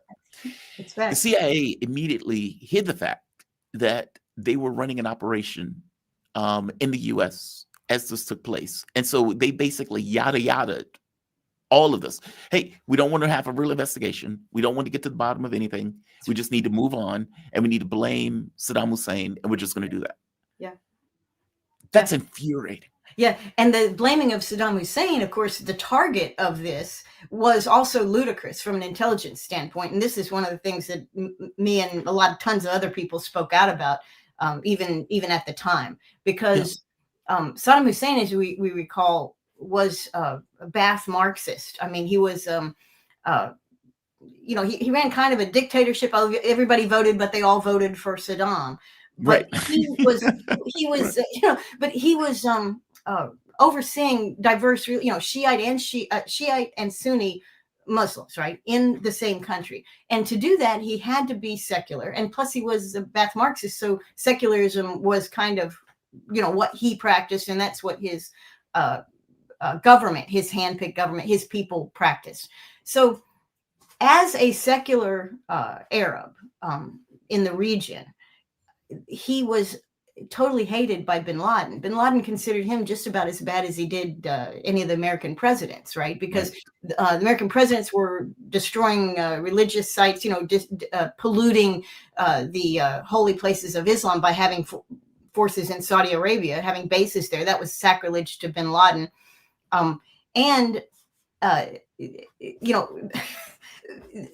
Iraq was run similarly. We didn't have bases there, but he was not behaving as a good Muslim. This was not an Islamic government that in bin Laden's view was important. So that was something bin Laden and many people like him would fight over, religious wars. I mean, come on, wars happen because of religion. But anyway, the viewpoints were very different. And then, of course, there was no data or evidence that Saddam had anything to do with any of this. And there was one interesting data point they tried to make. They said, well, one of Saddam's intel people met with Mohammed Atta, who was supposed to be on the planes, at the attack in Prague, in Czechoslovakia. They had a meeting and we got pictures of it. And they said, this is intel. This shows the connection. And of course, that was actually debunked by the New York Times. They got a tip from somebody inside and they verified it, and it was debunked. And that was the only connection they had. And they ran that as truth for probably 4 months until finally in December 2002, our talking points that we had inside the Pentagon that were using that false information, even for our own leadership, and certainly to give to the newspapers, which they were doing, was quietly erased from the talking points. It was eliminated because it had been debunked. And I think the FBI had something to do with that, because they said the FBI had done it, and they said, no, we don't have any evidence of that. So anyway, lying to get a war. But in any case, bin Laden, the last guy that would work with bin Laden would be, and that bin Laden would work with or support would be Saddam Hussein. So it wasn't even logical, but it certainly was no data. But we wanted to go after Saddam Hussein because that was one of the countries needed to be toppled for our Greater Israel project, which I think the American government has bought into many, many years ago. Anyway, speaking of the Greater Israel Project, I mean, that's something that they're talking about openly now. Yeah, it's not even openly secret, right? now. Yeah. Mm-hmm. Is this, from your take on this? I mean, Netanyahu, it's been understood, needs wars in order to remain in power. He's being prosecuted. Apparently, Donald Trump said he's going to get more involved in the case, which he's not. Whatever that means. Yeah, whatever that means. Is this something that they're going to be able to accomplish? From your take, in the way that this operates? I really don't think that, I mean, I can't see into the future, but he's been successful in pushing off those investigations, firing people in the government that are trying to shed light on his misdeeds. And there's also a common perspective, both in Israel, just like there would be in the United States and many other places, that government officials are corrupt, right? We just assume that they are. I mean, think about our Congress. We say, well, they all go up there to get rich. Well, they don't all do that, but many do. And it's enough to cause people to just expect corruption in your government, whether it's an elected government or, any other type, a tyranny. You still expect corruption. So there is that expectation of that in Israel that, well, yeah, Netanyahu probably was corrupt. He probably did, share favors and take gifts and participate in bribery schemes. But does it really rise? Look at what he's done for us. And he's 70 something years old and, he's in ill health. I don't think there'll be any justice for Netanyahu. I think he'll probably die in office. Now, he could be assassinated in office. That would be traditional in the Israeli history of how they get rid of prime ministers that they don't like. But the problem is everybody likes him. So if he was assassinated in office as prime minister, there's a smaller group that would do that. I'm not sure Mossad would do it. I think they can manage him pretty well, and I don't think he has. They don't assassinate prime ministers in Israel for pushing expansion of Israel, which is what Netanyahu is doing. Okay with that. Assassinate them when they speak for a possible, giving up of territory that they've stolen or that are occupying, or proposing some talks and peace. That's what they get assassinated for. So he's probably in low risk of being assassinated, but his health is poor. I don't think he's going to end up in prison, basically, which is where he belongs, with a noose around his neck. He belongs there, but I don't think that's going to happen. And if 80% of the people, with the surveys show, the polling that they've done, are quite happy with a greater Israel vision, they're quite happy with this genocide, which they don't consider to be a genocide. They consider it to be a security operation, and they don't really think of Palestinians as people. So as long as the American money flows, Netanyahu's in good shape. So we'll see. We'll see what happens in this next budget. That apparently the last 10-year agreement on 3.8 billion basic funding for Israel, plus all the other sales and everything else that we do. That was a 10-year program, and that ends this year, and next year it has to be renegotiated. And it'll be interesting to see. And that may be why Israel is panicked on the narrative side, because if it was up to the American people right now, do we give Israel a dime? They wouldn't get it. But it's not up to us. That's the rub. It's not up they're to asking us. They're asking at the wrong time. We have a divided populace. Some people like Trump, some people don't. But he's a guy that causes a reaction, right? He's not a milquetoast. He says things and people react in all different ways. So we have a divided America politically. And we also have, we don't, and as a majority, we don't want war. We don't want more wars. And increasingly, we particularly don't want more genocide. We want the end of that. So, and Americans, the economy for Americans is not great. And, one of the most powerful memes that we see out there, which really causes people to question our aid to Israel, is when they compare the income and national health care and free education and a number of European style benefits that Israel is blessed with, or has in that very small country of 9 million people. And they compare that with what Americans have, and there's been our food aid program, the SNAP program, where it's run by the USDA, and it allows people to buy food if they're poor people. And there's plenty of them. And that program's grown a lot to expand. I guess the definition of poor people has raised up a little bit in the sense of more money. It's a huge budget for this SNAP program. And then when the government down, that was the thing that really got people aware. Our government's been closed for 30 days. Nobody cared a minute about it, because you can't tell the government's shut down, right? You really can't tell over here. Most of our government does nothing. But the SNAP program, the food aid program, delivered to our spending cards, debit cards, that hits people where they live, and everybody knows somebody. I don't care who you are, unless you're the elite. Everybody knows somebody that has this on EBT or has been on it and benefits from it. So, of course, that money didn't really dry up, right? The president's going to be made to pay, or the Congress will fund it. And also many states have stepped up, because it was that important that the state said, we're taking money out of our rainy day fund. We will do this. And I know Virginia did that, but other states have as well. So anyway, that's where people's minds and hearts are, is that, hey, some people don't have enough food. And then you look at how Israel lives. And I guess my thing is, it doesn't make sense. It doesn't make sense. So I'm curious. I think they're really pushing their narrative now, because it's a bad time for their future with the United States, the future handouts that they get from our government. But I get the sense they're still going to get those handouts. And I guess I was more thinking in a sense of the greater Israel project. Yeah. I mean, there's always this question of whether or not it's the tail wagging the dog or the dog wagging the tail. From my point of view, it's the dog wagging the tail. I think this is U.S. policy from the standpoint of the greater Israel project, that the U.S. is perfectly okay with it, and the U.S. wants to continue to fund it. Yeah. I don't get the sense that it's up to us.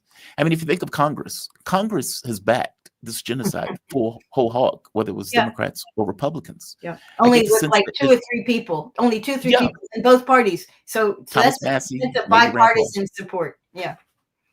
I get the sense they're going to get that money.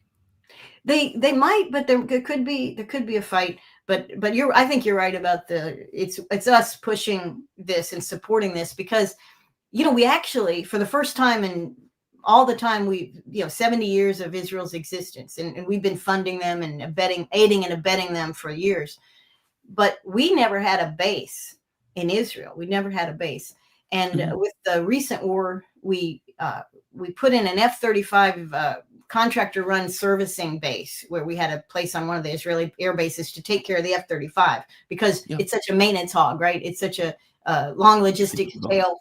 So we did that. That was mostly contractors. Didn't have uniformed people, but we now, and part of it is in this post so-called peace situation, which isn't really a peace situation, but we've used Gaza, the next phase of Gaza, as an excuse to put American troops on the ground, and not a lot of them. But that was, for a long time, Israel resisted having any other bases on their property, right? Because they'll take your money, they'll take everybody's money, and they'll do whatever they need to do, but they don't want other, non-Jewish, non-Zionist forces on their land, on their territory that they control. But with the expanded Israel, that won't be a problem. I mean, they're already, they're already selling land in southern Lebanon to Jews. They don't even own that land. They freaking moved forward. They said this. Syria, same thing, selling land on the Golan Heights in Israel, in Syria. So those are places, an Israeli-controlled territory, let's say, where you could put American bases. If we didn't want to deal with the other places we have our bases because they don't like us, they don't want us there, it's too costly. So I mean, clearly a greater Israel supports America's new approach to the Middle East, which is to do it by proxy through Israel. Now that's a very poor choice that America is making. Obviously, that's a deal with the worse than the devil. We are the devil's servant when we do that, but that makes sense. I mean, if you think about and even what Trump's trying to do, like he did run on pulling troops back.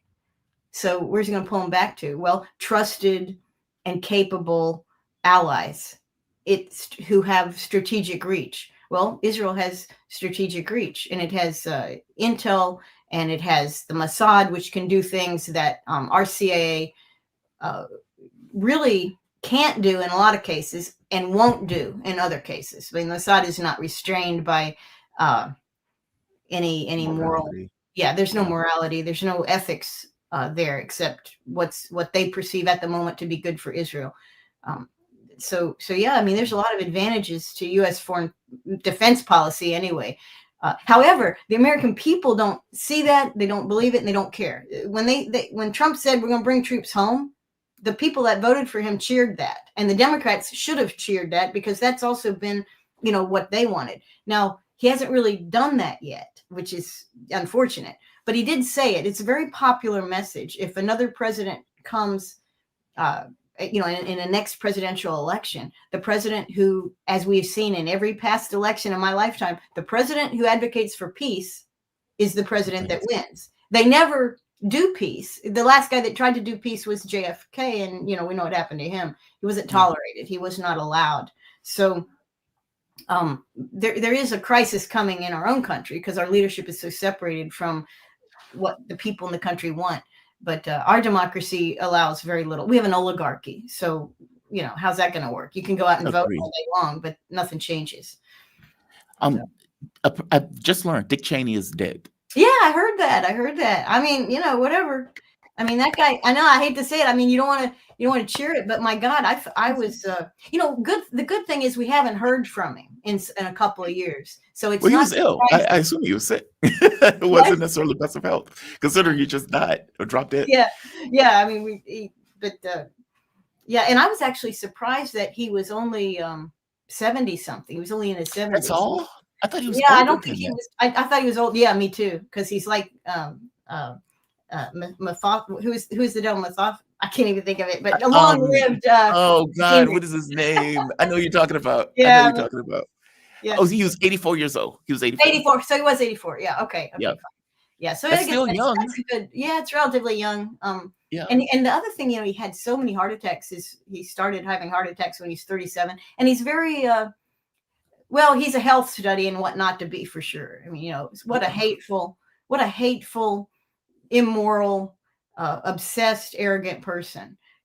obsessed with power and money, competing. Everybody's an enemy, harming. I mean, another story from back in the day, and this was in the newspapers, of course, eventually, but he would go to when he was drumming up the war, the last invasion of Iraq. And, it's crazy to think how many wars we've had since then, since 2003. But to drum up support in the CIA, he would travel to the CIA frequently as vice president, which is unheard of. Okay, that was actually never happened. But he traveled there frequently. I mean, it's not a far trip. And he would, if he didn't like what he heard from the people at the top, he would say, I want to talk to the analyst. And he would go into the shops, basically, into the offices, the cubicles or whatever, and talk to, GS-12s and 13s who are relatively low-ranking civilians for the most part, and berate them and say, this is what we need you to find. How come you're not doing that? Really? Just an arrogant, hateful person. The personality traits that he had, it's amazing he lived to 84. And I'll tell you, Kissinger's another guy. When he died at 100, a lot of clapping went on, right? I mean, my God, nobody could believe it. Nobody could believe he lived to 100. But Kissinger was very smart, and he was arrogant, of course, but he was trying to work a problem, and Kissinger would negotiate. I mean, that's what his job was. And also in his memoirs, he didn't defend every wrong thing that he did. He would assess it as objectively as he was capable. So I think while he was an awful person, and I mean, we can credit a lot of problems in the 20th century and associate them with Kissinger, at least he could be somewhat self-aware. But Cheney had none of the brilliance.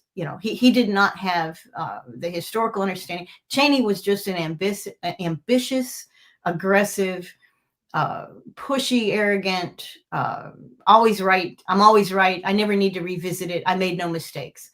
Now, we're adults. I mean, do we like people like that? I mean, can you stay married? I mean, how his wife stayed married to him is a miracle, because if he must have been a different person at home, because a person like that who behaves like that really has no friends.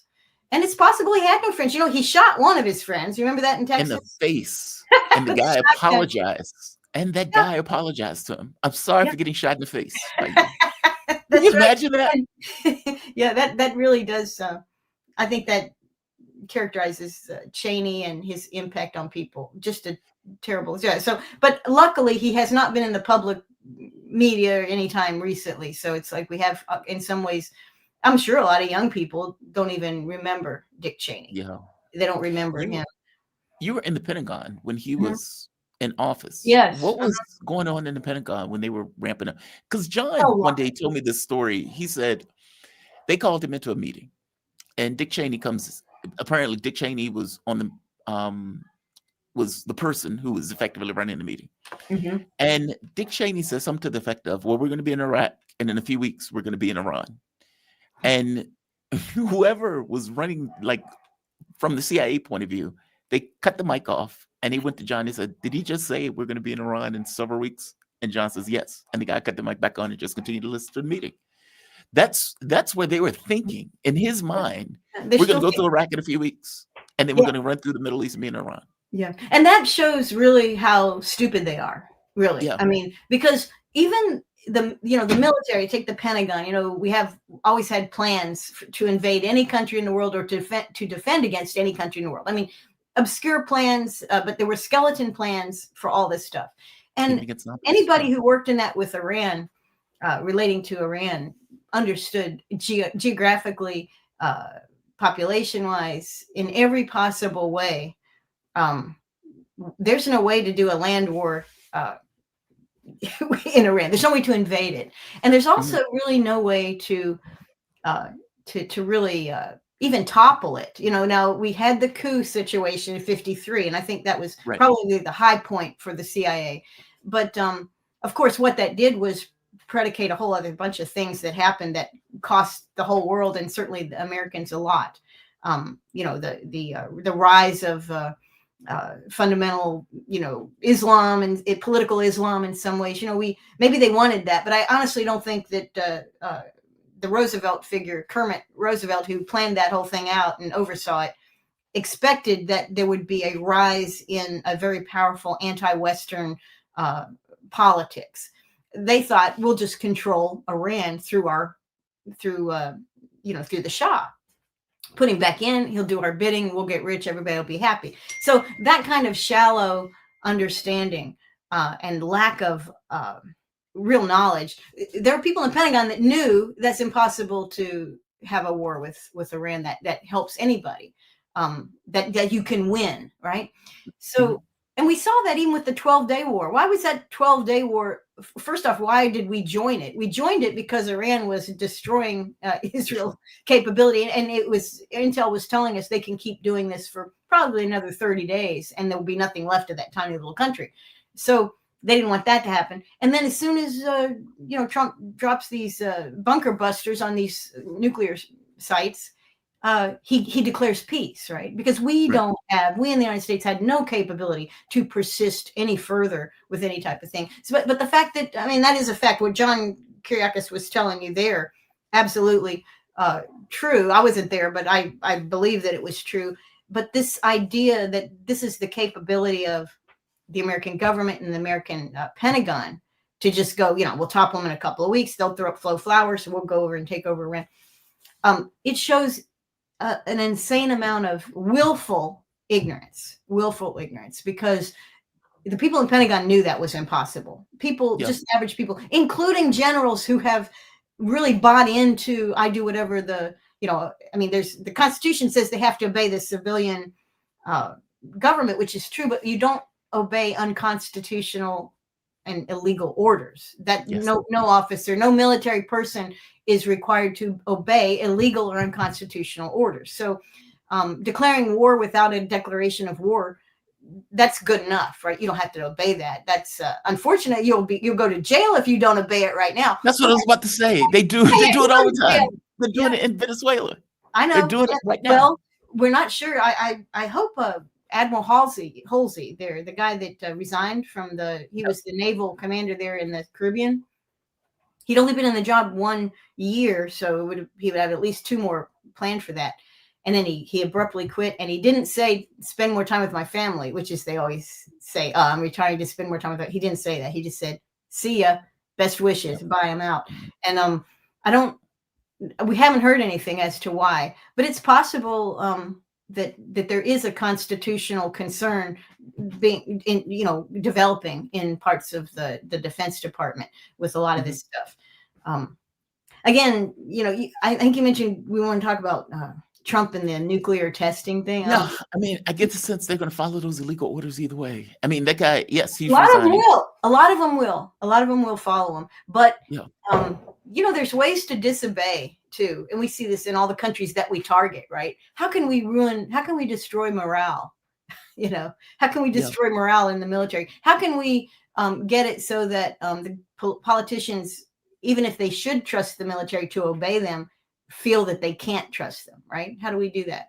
We study that. The CIA does that for a living everywhere they want to. How do we break up other people's military chain of command and just trust in the military? How do we cause chaos? That's one of the ways that we do it. So the chaos alone in the military it weakens us. And I'm sure in a traditional great power competition sense, our enemies, if you have enemies, which I'm not sure we have them, but they would cheer that on, right? Wouldn't you? If the only thing that saves Trump is he likes to talk about peace, but that's getting old, right? Because he doesn't seem to be actually moving in that direction. Now he might disagree. He might say, "Oh, I have made peace," but really, his language is very, it's not believable right now. Yeah. Trump is a habitual liar. He lies as easily as he breathes. He's according to him. He just blurts out whatever's in his. He sees something and he'll talk about something. He's not processing any. So he may not even think he's lying, but he is definitely lying. If that is the case, we are screwed. He could be not even realizing because a lot of the stuff that he says it swing. In a few short minutes, you can get one thing and then you can get the complete opposite thing. Yep. And yes, he does. that's not, Oh man, a good liar is not going to do that. A good liar is going to pick a story and then try to build around that story. And so I'll give you an example. They asked Trump about crypto on 60 Minutes, and they said, "Hey, you pardon a guy who was convicted, who admitted guilt for cryptocurrency violations. Your kids and the Witkoffs have joined crypto ventures that have made millions of dollars, tens of millions of dollars at this point. Why did you release the guy?" And of course, Trump's response was, "I don't even know the guy." And they said, "Yeah, but you gave him a pardon." Are you talking about the Silk Road guy? Yes. Yeah. Yeah. That Trump gave a pardon to. And it's like, dude, you've been making millions of dollars, tens of millions of dollars. Your family has been getting rich off of crypto. And you just so happen to release one of the crypto guys. Yeah. What is going on with this? And do you think this is a bit odd? I don't even know the guy, but Joe Biden is a crook. And then he goes into this whole tirade about Joe Biden. Yeah. When Trump was campaigning this last time and he went to the Libertarian Convention, small party, but they were big supporters of Ross Ulbricht, who's the guy, but he ran Silk Road, and yes, he understood crypto, and he had, I guess they seized crypto but he was operating a trading platform. This, in some ways, the Ross Ulbricht, and Trump wouldn't know this because he don't even remember who the guy is, so he wouldn't know this, but Ross Ulbricht was kind of like in the situation where Pavel Durov was when he went to France.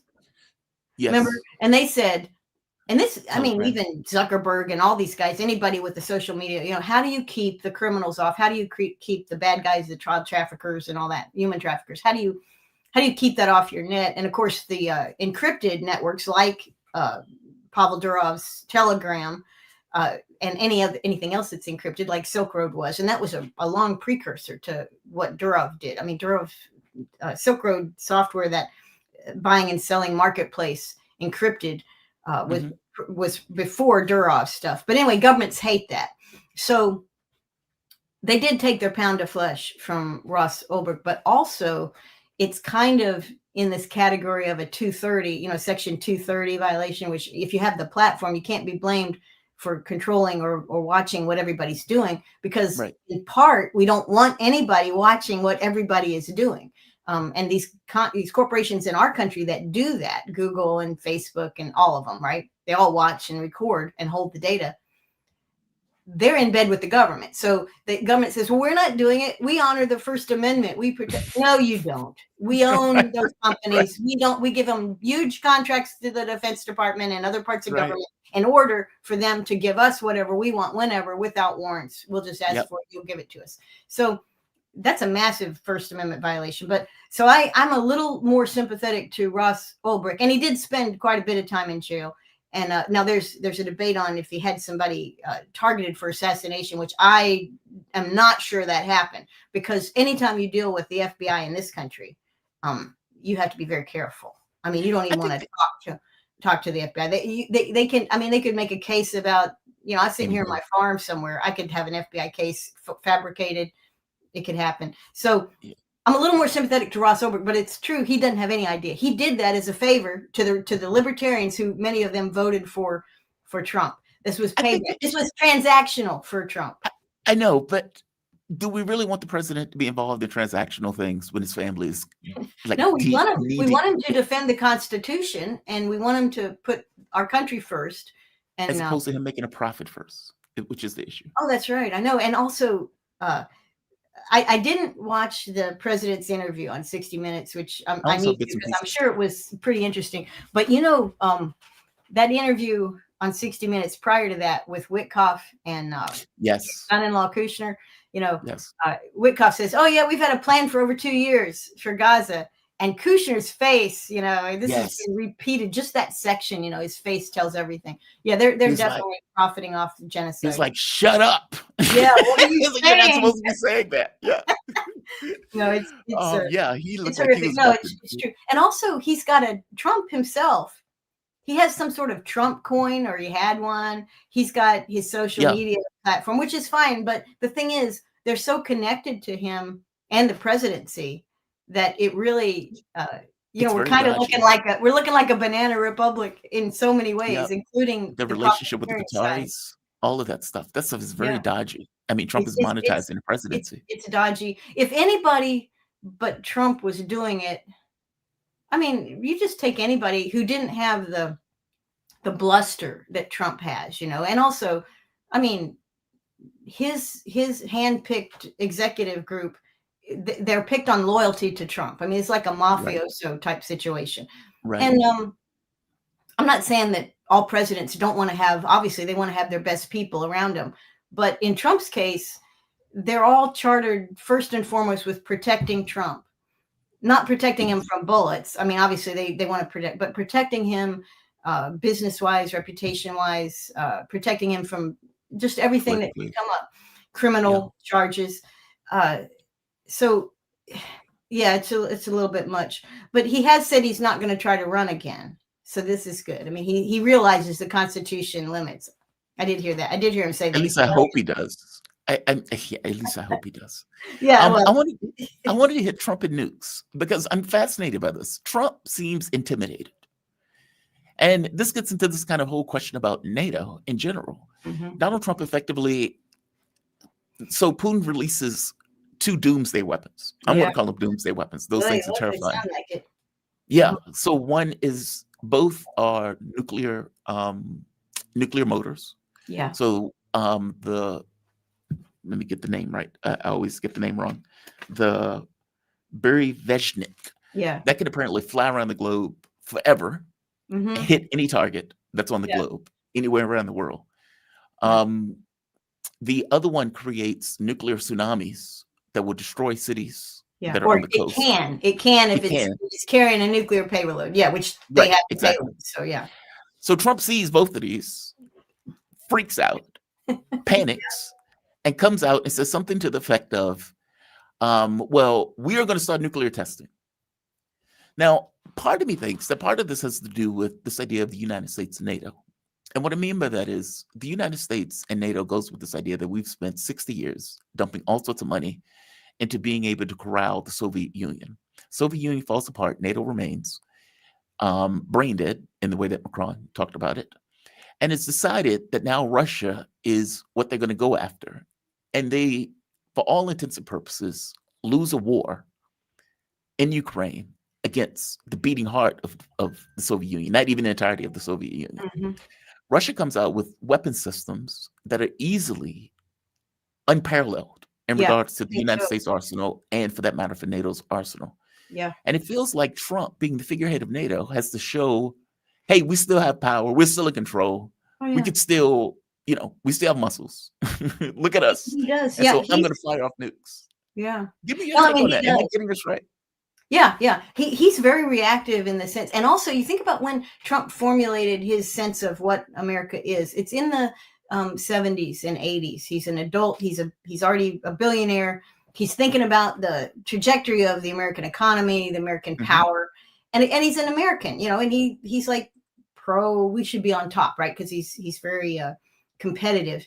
And so his sense of things is we have to be the most of everything. And actually, that's his personality, right? I mean, look at the buildings that he makes. Everything he does, it's like, this is the best thing that's ever been made. He says that. Now, it's not necessarily true, but you can see where his mind is. He wants to impress. He wants to impress the world. The world has changed since Trump had his formative years. It's changed quite a bit. And Trump can't imagine. He looks at BRICS, which is, not super powerful, but it is an interesting non-U.S. alliance, right? And immediately sees, they're trying to go off the dollar. Well, that can't happen. What do you mean it can't happen? Our dollar is collapsing. The whole world's going to be off the dollar in 50 years, and this will be an exclamation point in history. But in his mind, that can't happen. And somehow he thinks, as president, that he can stop it. Well, there are ways that he could stop the world from abandoning the dollar, and that would be to somehow deal with this massive debt that we can't pay. That would be not spending all of this money to control the world and start taking care of our own business so that we are an attractive place to do business, not tariffing the world, but producing and taking care of our own business. This is actually what most of his counterparts, Putin and Xi, are both talking about all the time. They want to make Russia good for Russian. They want to make China good for Chinese, right? They're not talking about, we want to make China great so we can take over the United States. That's not what any of those guys are saying, but that is how Trump views it. So his worldview is a handicap. It's a big handicap for him as president. And he's surrounded by basically, except for possibly Tulsi Gabbard, who's been largely quieted, right? I mean, they got her in a box. The rest of them are airheads. I mean, they're not people that know history. They're not people that care about history. There are people that see Trump as their ticket to relevance. I mean, if you think about some of these people, the two, Barbie and Ken, you know, Pan Bondi and Pete Hegseth, that I call them Ken and Barbie. They would not, they are not of the caliber of people that you would expect a great nation to elevate to the levels that they are. And it's not anything wrong with them, but they're just not very intellectually or in any other way competitive. Oh, well, they are very, very, very, very ridiculously good looking. I guess you could say that, right? To quote from what is it? The show that we had, the comedy movie. But yeah, I mean, so he's not well equipped to make the statements. He's not well equipped to be educated on more realities of the globe.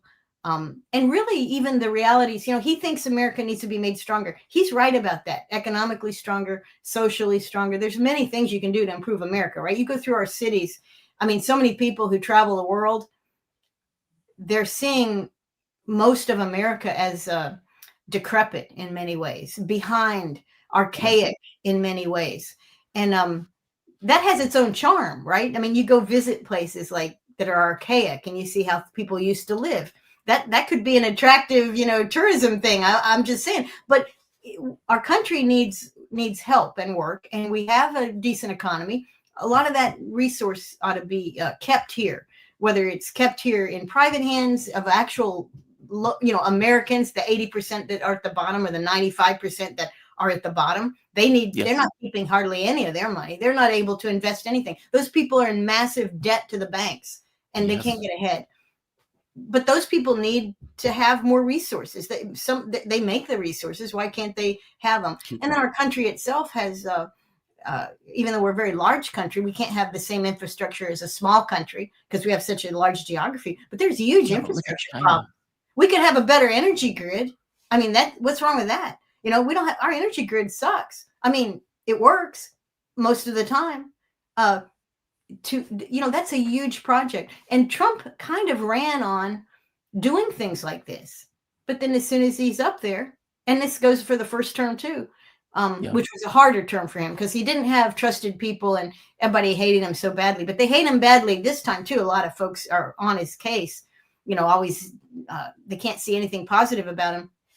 But his campaign platform was to make America stronger for Americans. And that's not a military project. That actually will require resources from our military projects to be kept at home and used wisely in you know, ways that will help us go into the next 50 years. Yes. So his ideas aren't bad, but he has, who can advise him of that? Ken and Barbie are going to tell him how to fix America, you know, because they're not. And his views, his worldview, and his way of dealing with things was very much solidified in the 80s when it was at the peak of his success in real estate.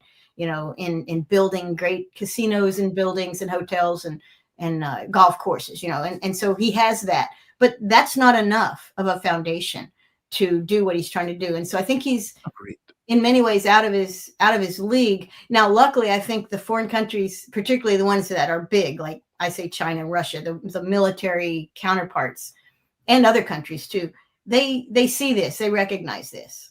And if you notice how Putin and really Xi, they don't react very strongly to a lot of this stuff as he goes from 180 degrees in the course of a couple of minutes. They don't react to that. They kind of just sit tight and just we can cope with this while they continue to strengthen their own countries. Meanwhile, we're just all talk and no action. And I think this is what we're his talk of nuclear testing.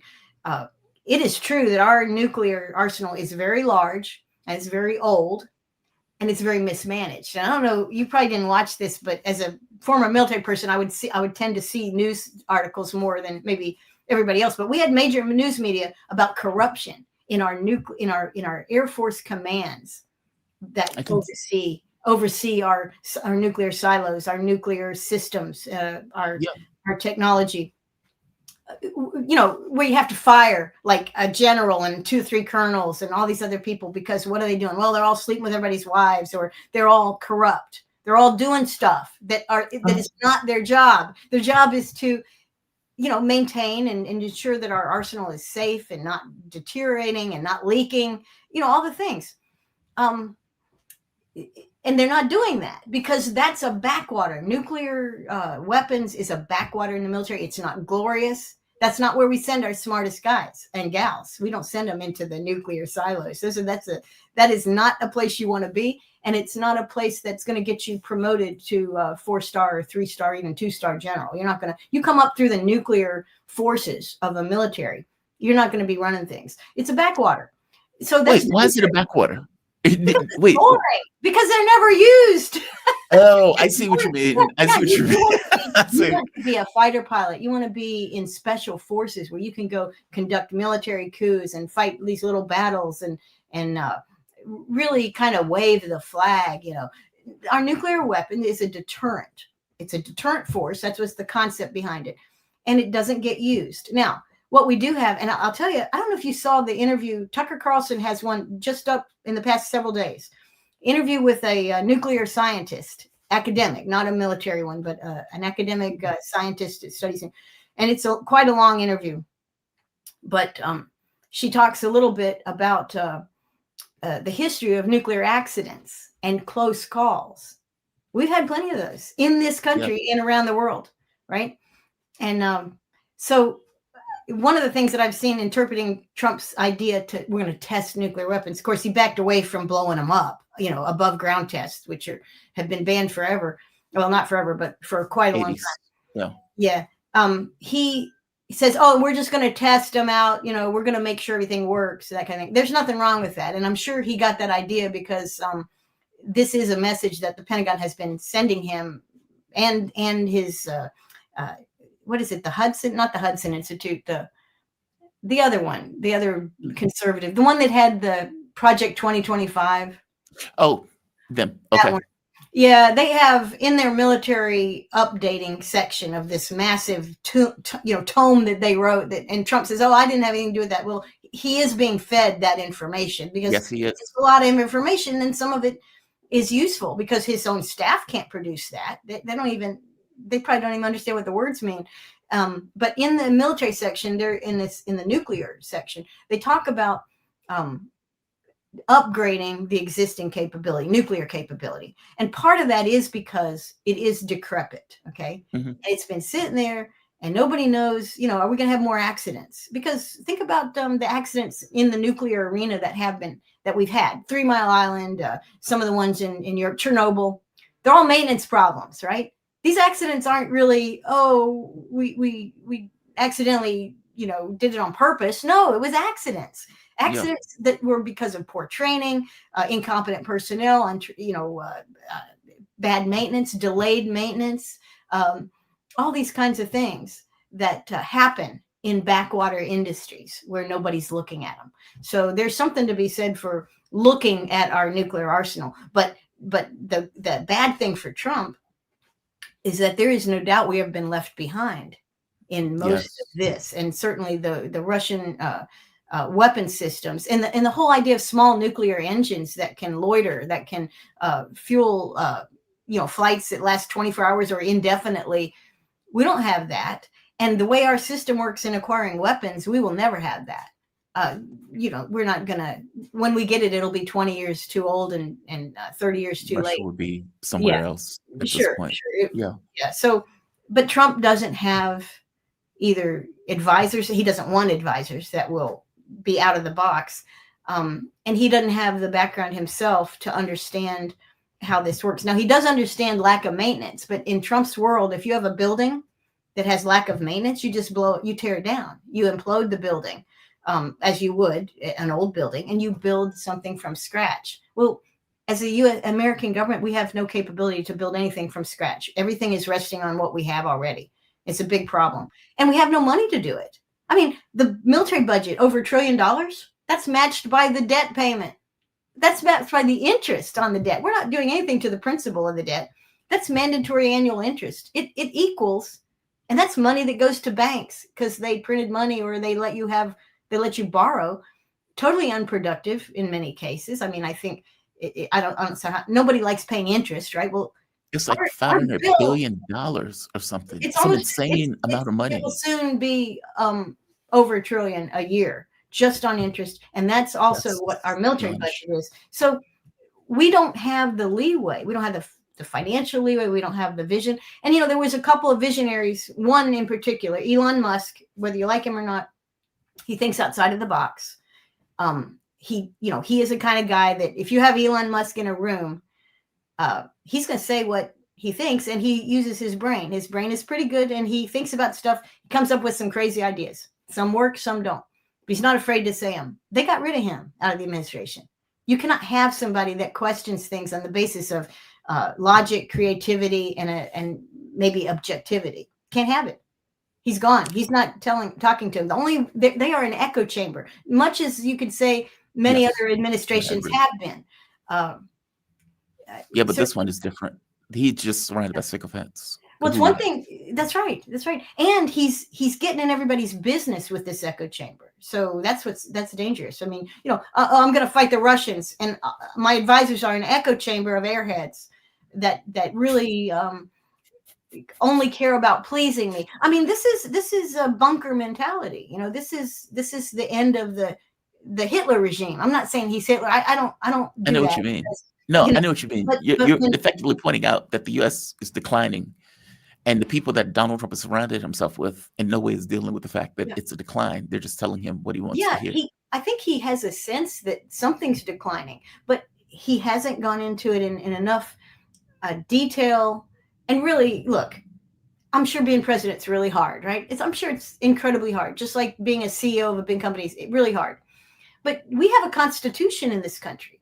So all you got to do to be president is say, well, got a lot of problems. Where do we start? Well, are we doing things constitutionally? Right there, you will have an end of wars and interventions abroad. Because Karen, that's not the way it works. Oh, that's not the way it works. I know, but he has I give him he has the capability. Any president can really hold. The Constitution is his guide and his shield, he or her, whoever the president is, if they chose to use it that way. And he isn't doing that. He shows contempt for the Constitution. Not that any other presidents haven't also done the same. They have, but it's frustrating. It's frustrating. And again, he gives money away too. The two big wars that are raging and the ones we're starting, all are sucking funds right out of the taxpayer coffers or out of the banks that we borrow from. He can stop that. He can stop that. Anybody that can put 50% tariffs or 150% tariffs on other countries, you can. If you have that kind of chutzpah, how come you can't say to the defense industrial establishment or the foreign policy lobbies, we're cutting Israel off right now? Sorry. Well, I'm so glad you mentioned that, because oftentimes a lot of channels, especially right-wing channels that I actually like, would make the argument, well, it's not Trump, it's Europe. And Donald Trump humiliated one European world leader after the next when he brings him to the country. He passed a tariff regime on Europe that they are accepting that is humiliating. Yes. That they are accepting because they want to keep daddy happy and they want to keep Donald Trump engaged in NATO. Yeah. And so the argument to me always falls flat when they make the case of saying, well, it's not Trump, it's Europe. Europe is the problem. Europe is the thing that's keeping us into the war. Zelensky is keeping us into the war. Oh, I don't think that's the case. No. In fact, I would make the argument that what is taking place in regards to Ukraine right now, you have 10,500 troops that are surrounded in Kupiansk and surrounded in Pokrovsk. And people are like, we don't understand why they don't just surrender. We don't understand why they don't just give up. And I guess from my take, the RAND documents made the point of saying that the goal was to overextend Russia, not to win. Meaning the goal was never for Ukraine to win the war, regardless of what Zelensky thinks and regardless of what these people think. Yeah. The goal was to overextend Russia. And if indeed you refuse to surrender, which is the European point of view, hey, don't surrender, fight to the last dead Ukrainian. Oh my gosh. And it seems that that's even the U.S. point of view. Hey, we're going to keep going. Even though Trump says he wants a deal, he wants to deal on terms that are favorable to the U.S. Losers don't get to dictate terms. That's right. So for all intents and purposes, the war continues. Now, Putin has just went in for mobilization, effectively signed legislation for potential call-up if necessary. Are we looking at part of the reason that they're not surrendering in these locations and they're fighting to the last Ukrainian is because that was ultimately the objective anyway? It's not that Europe is keeping the war going. It's that Europe and the United States had a plan and they're fulfilling that plan. It is clear from what we know of what was going on in under Obama tail end of Obama administration, 2014. You know, those F the EU quote from right. Yeah. So right there, the contempt for European power, European opinions, European leadership, that contempt was very deeply held in the State Department, in the administrations. And again, that was a Democratic administration. See, these things don't change from party to party. This is the deep state foreign policy. The deep state foreign policy has contempt for Europe's leaders, European economies. And again, what's worse is, I think, in addition to just doing the RAND study thing, you know, let's debilitate Russia over a long period of time. We'll do like Afghanistan, except this time it'll be Ukraine, and Russia will suffer internally. Of course, that was a stupid bet and a wrong bet, but that was kind of the approach. But there's another benefit. And this is one that has been articulated by the Trump administration and really by the Biden administration too, but not in words, not just by their actions. And that was, we are going to make sure that the European and NATO countries, the EU, is economically tied, militarily tied, economically dependent, militarily dependent on the United States. We are going to, in the old colonial competition, we are going to control that market. And certainly we see that with what we've done. Now, the tariffs are kind of very abusive considering what we've already done to the European economies, right? We told them they can't have cheap oil from their next door neighbor, cheap gas. They're not allowed to do that. So they just have to buy it at twice the price from America, because we actually are producing still and exporting natural gas and, you know, LNG and oil. So this project, really, from a Washington point of view, is that we are the ones pulling all the strings, and the entertainment, you know, like the band that plays before the big band, that's probably NATO and the EU and von der Leyen and all these people.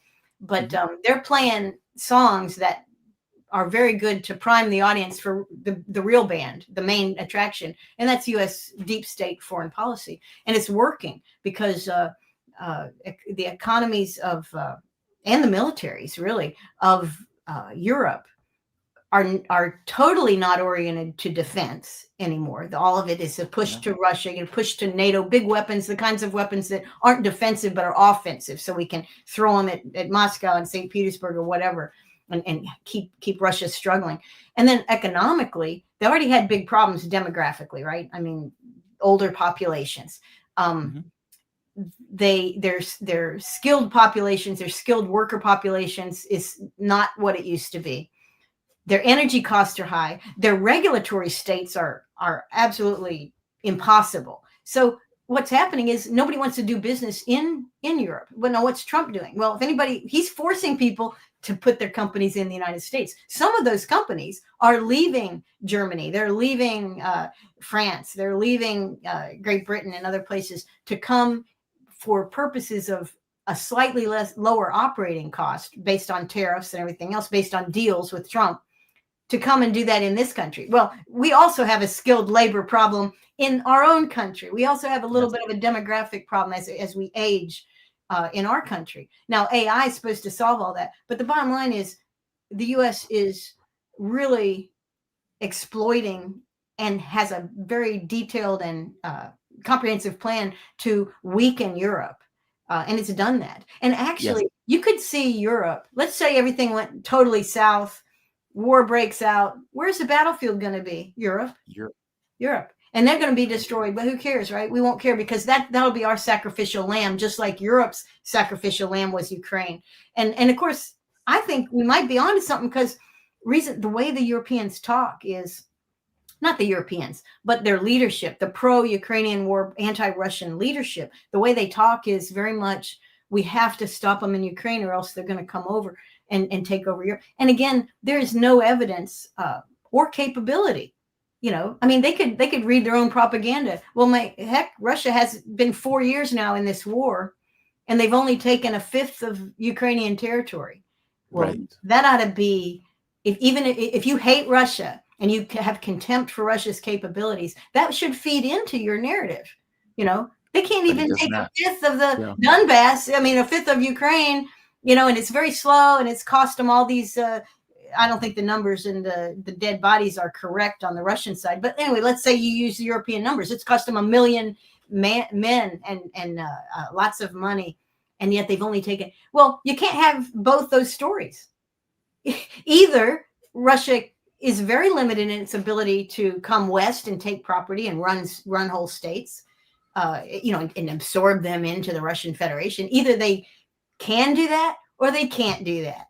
And of course they can't do that. And not only can't they not do that, they don't want to do that. But the European leaders are saying, oh, that's the big threat. They're going to do that.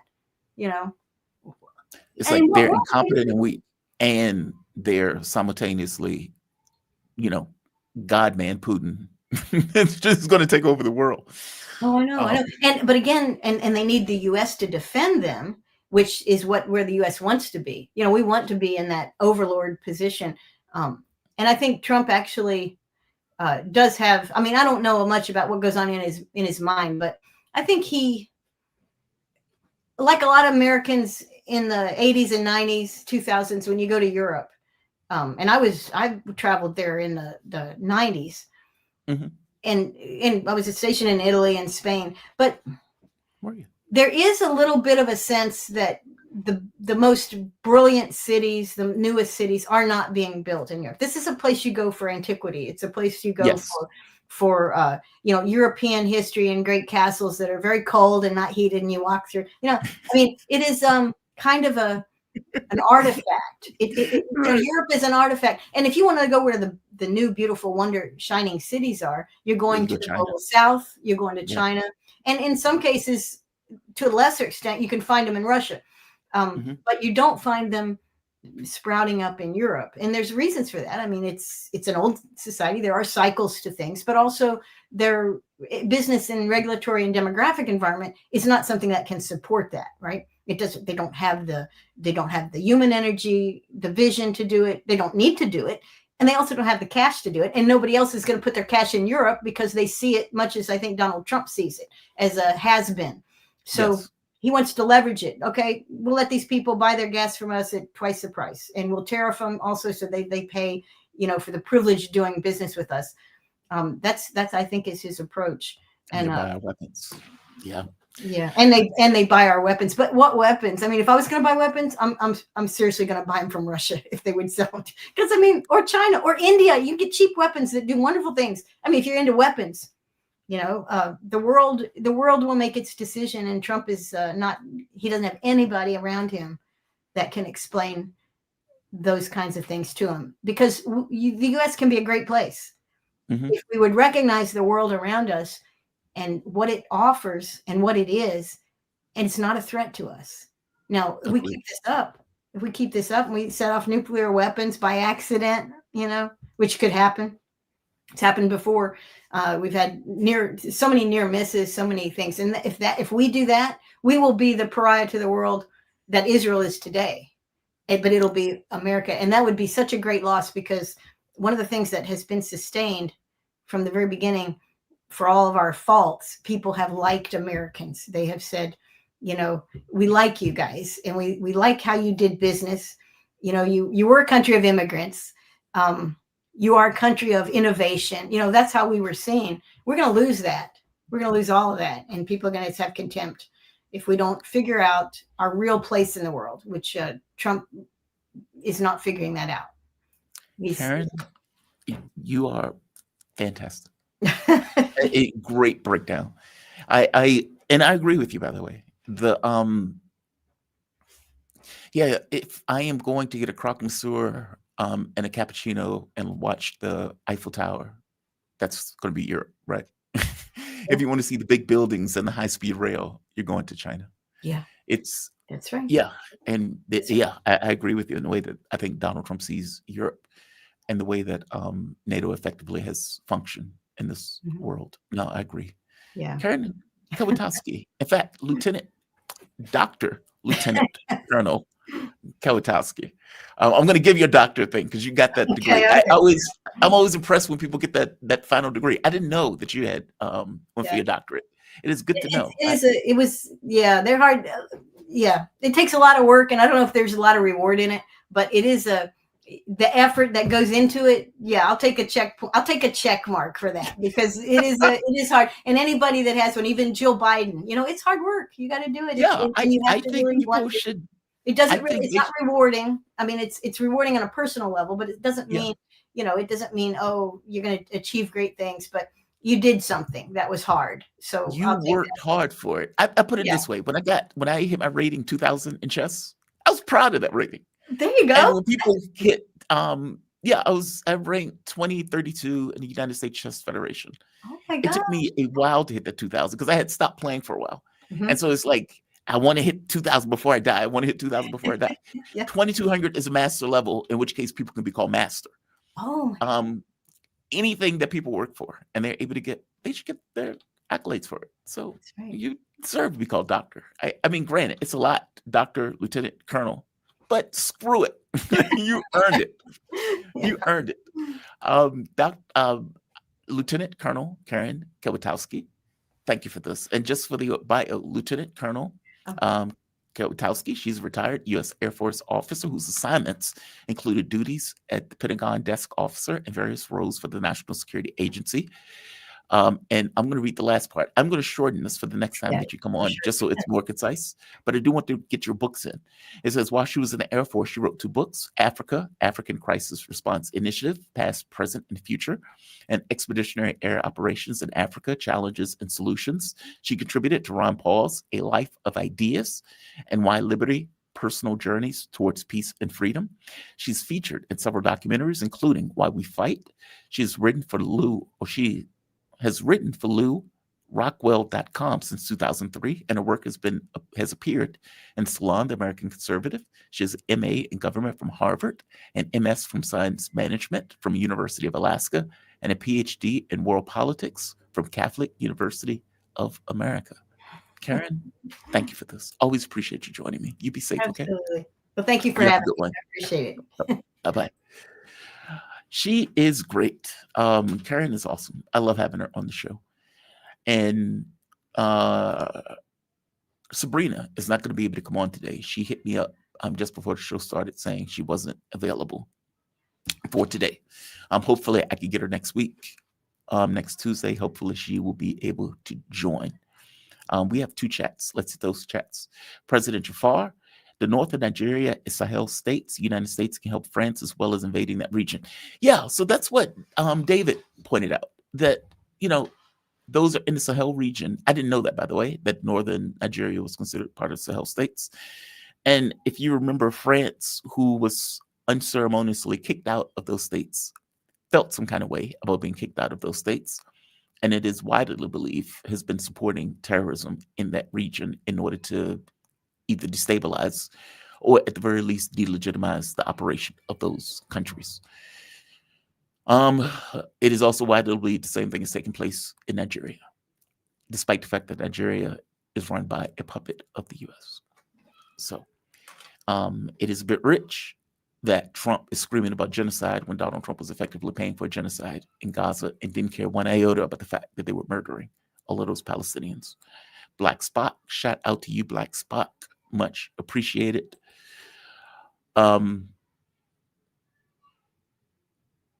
Yeah, it's very wild. Shout out to Karen, shout out to David. Both of them have my deepest appreciation for joining me on this.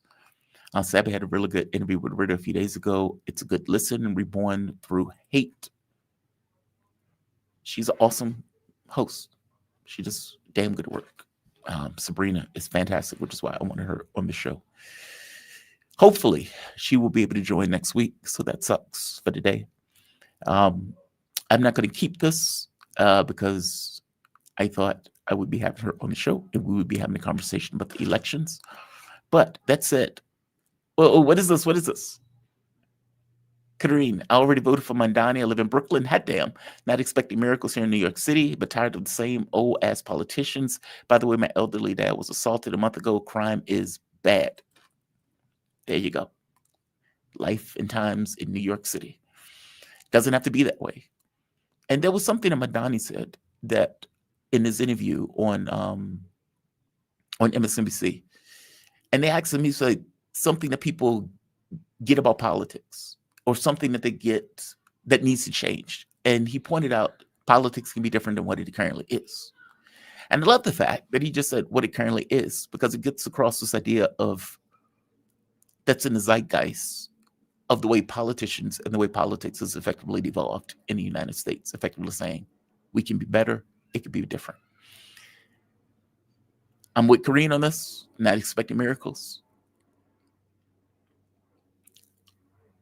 But he needs to fulfill the obligations that he said he was going to fulfill as he ran.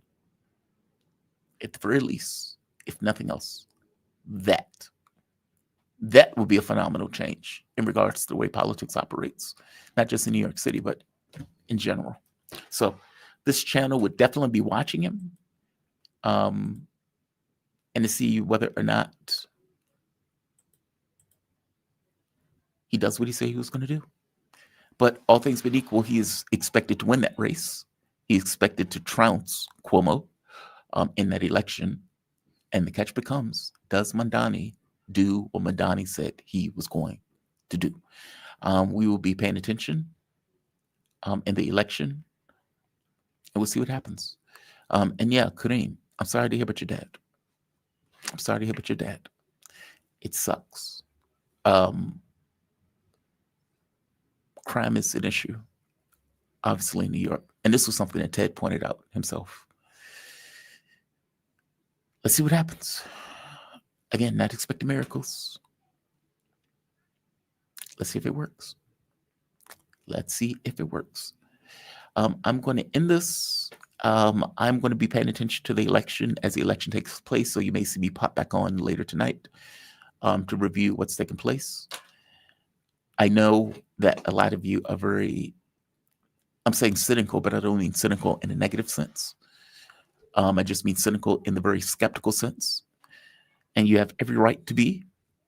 Again, that's what I'm saying, is that a negative in the way that I'm using the term. I'm using the term just in the sense of people who pay attention to reality, who have seen reality be what reality is.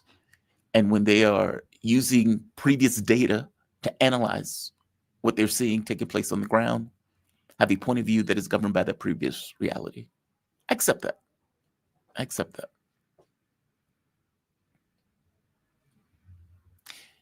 But I'm hoping you're wrong. Look, I told you before, and I get shit for this when I point out Gorbachev.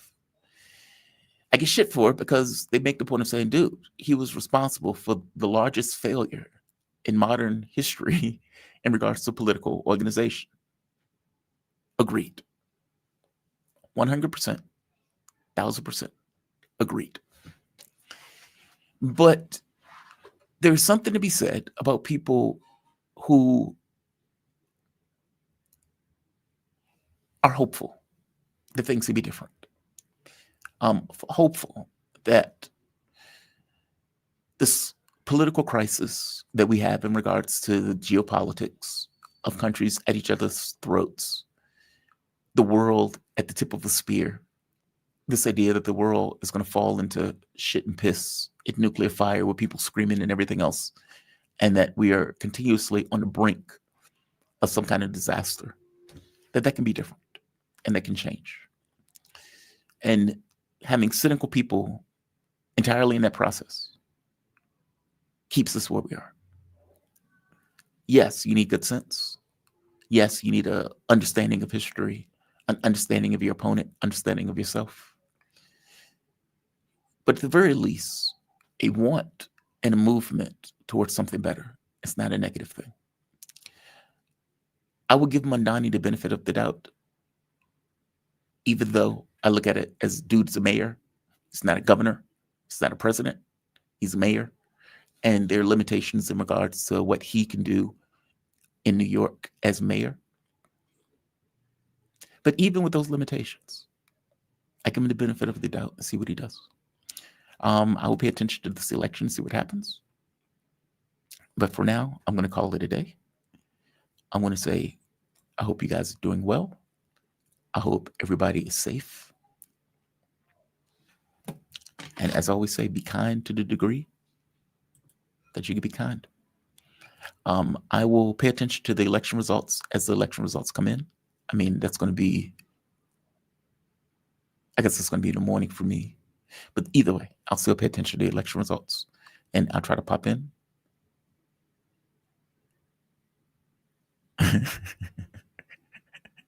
I'm being trashed from my point of view. Fair enough. I accept that. Again, I accept that. I accept that. Be safe. Be kind to the degree that you can be kind. I have a lot of videos I need to cut, even from last night.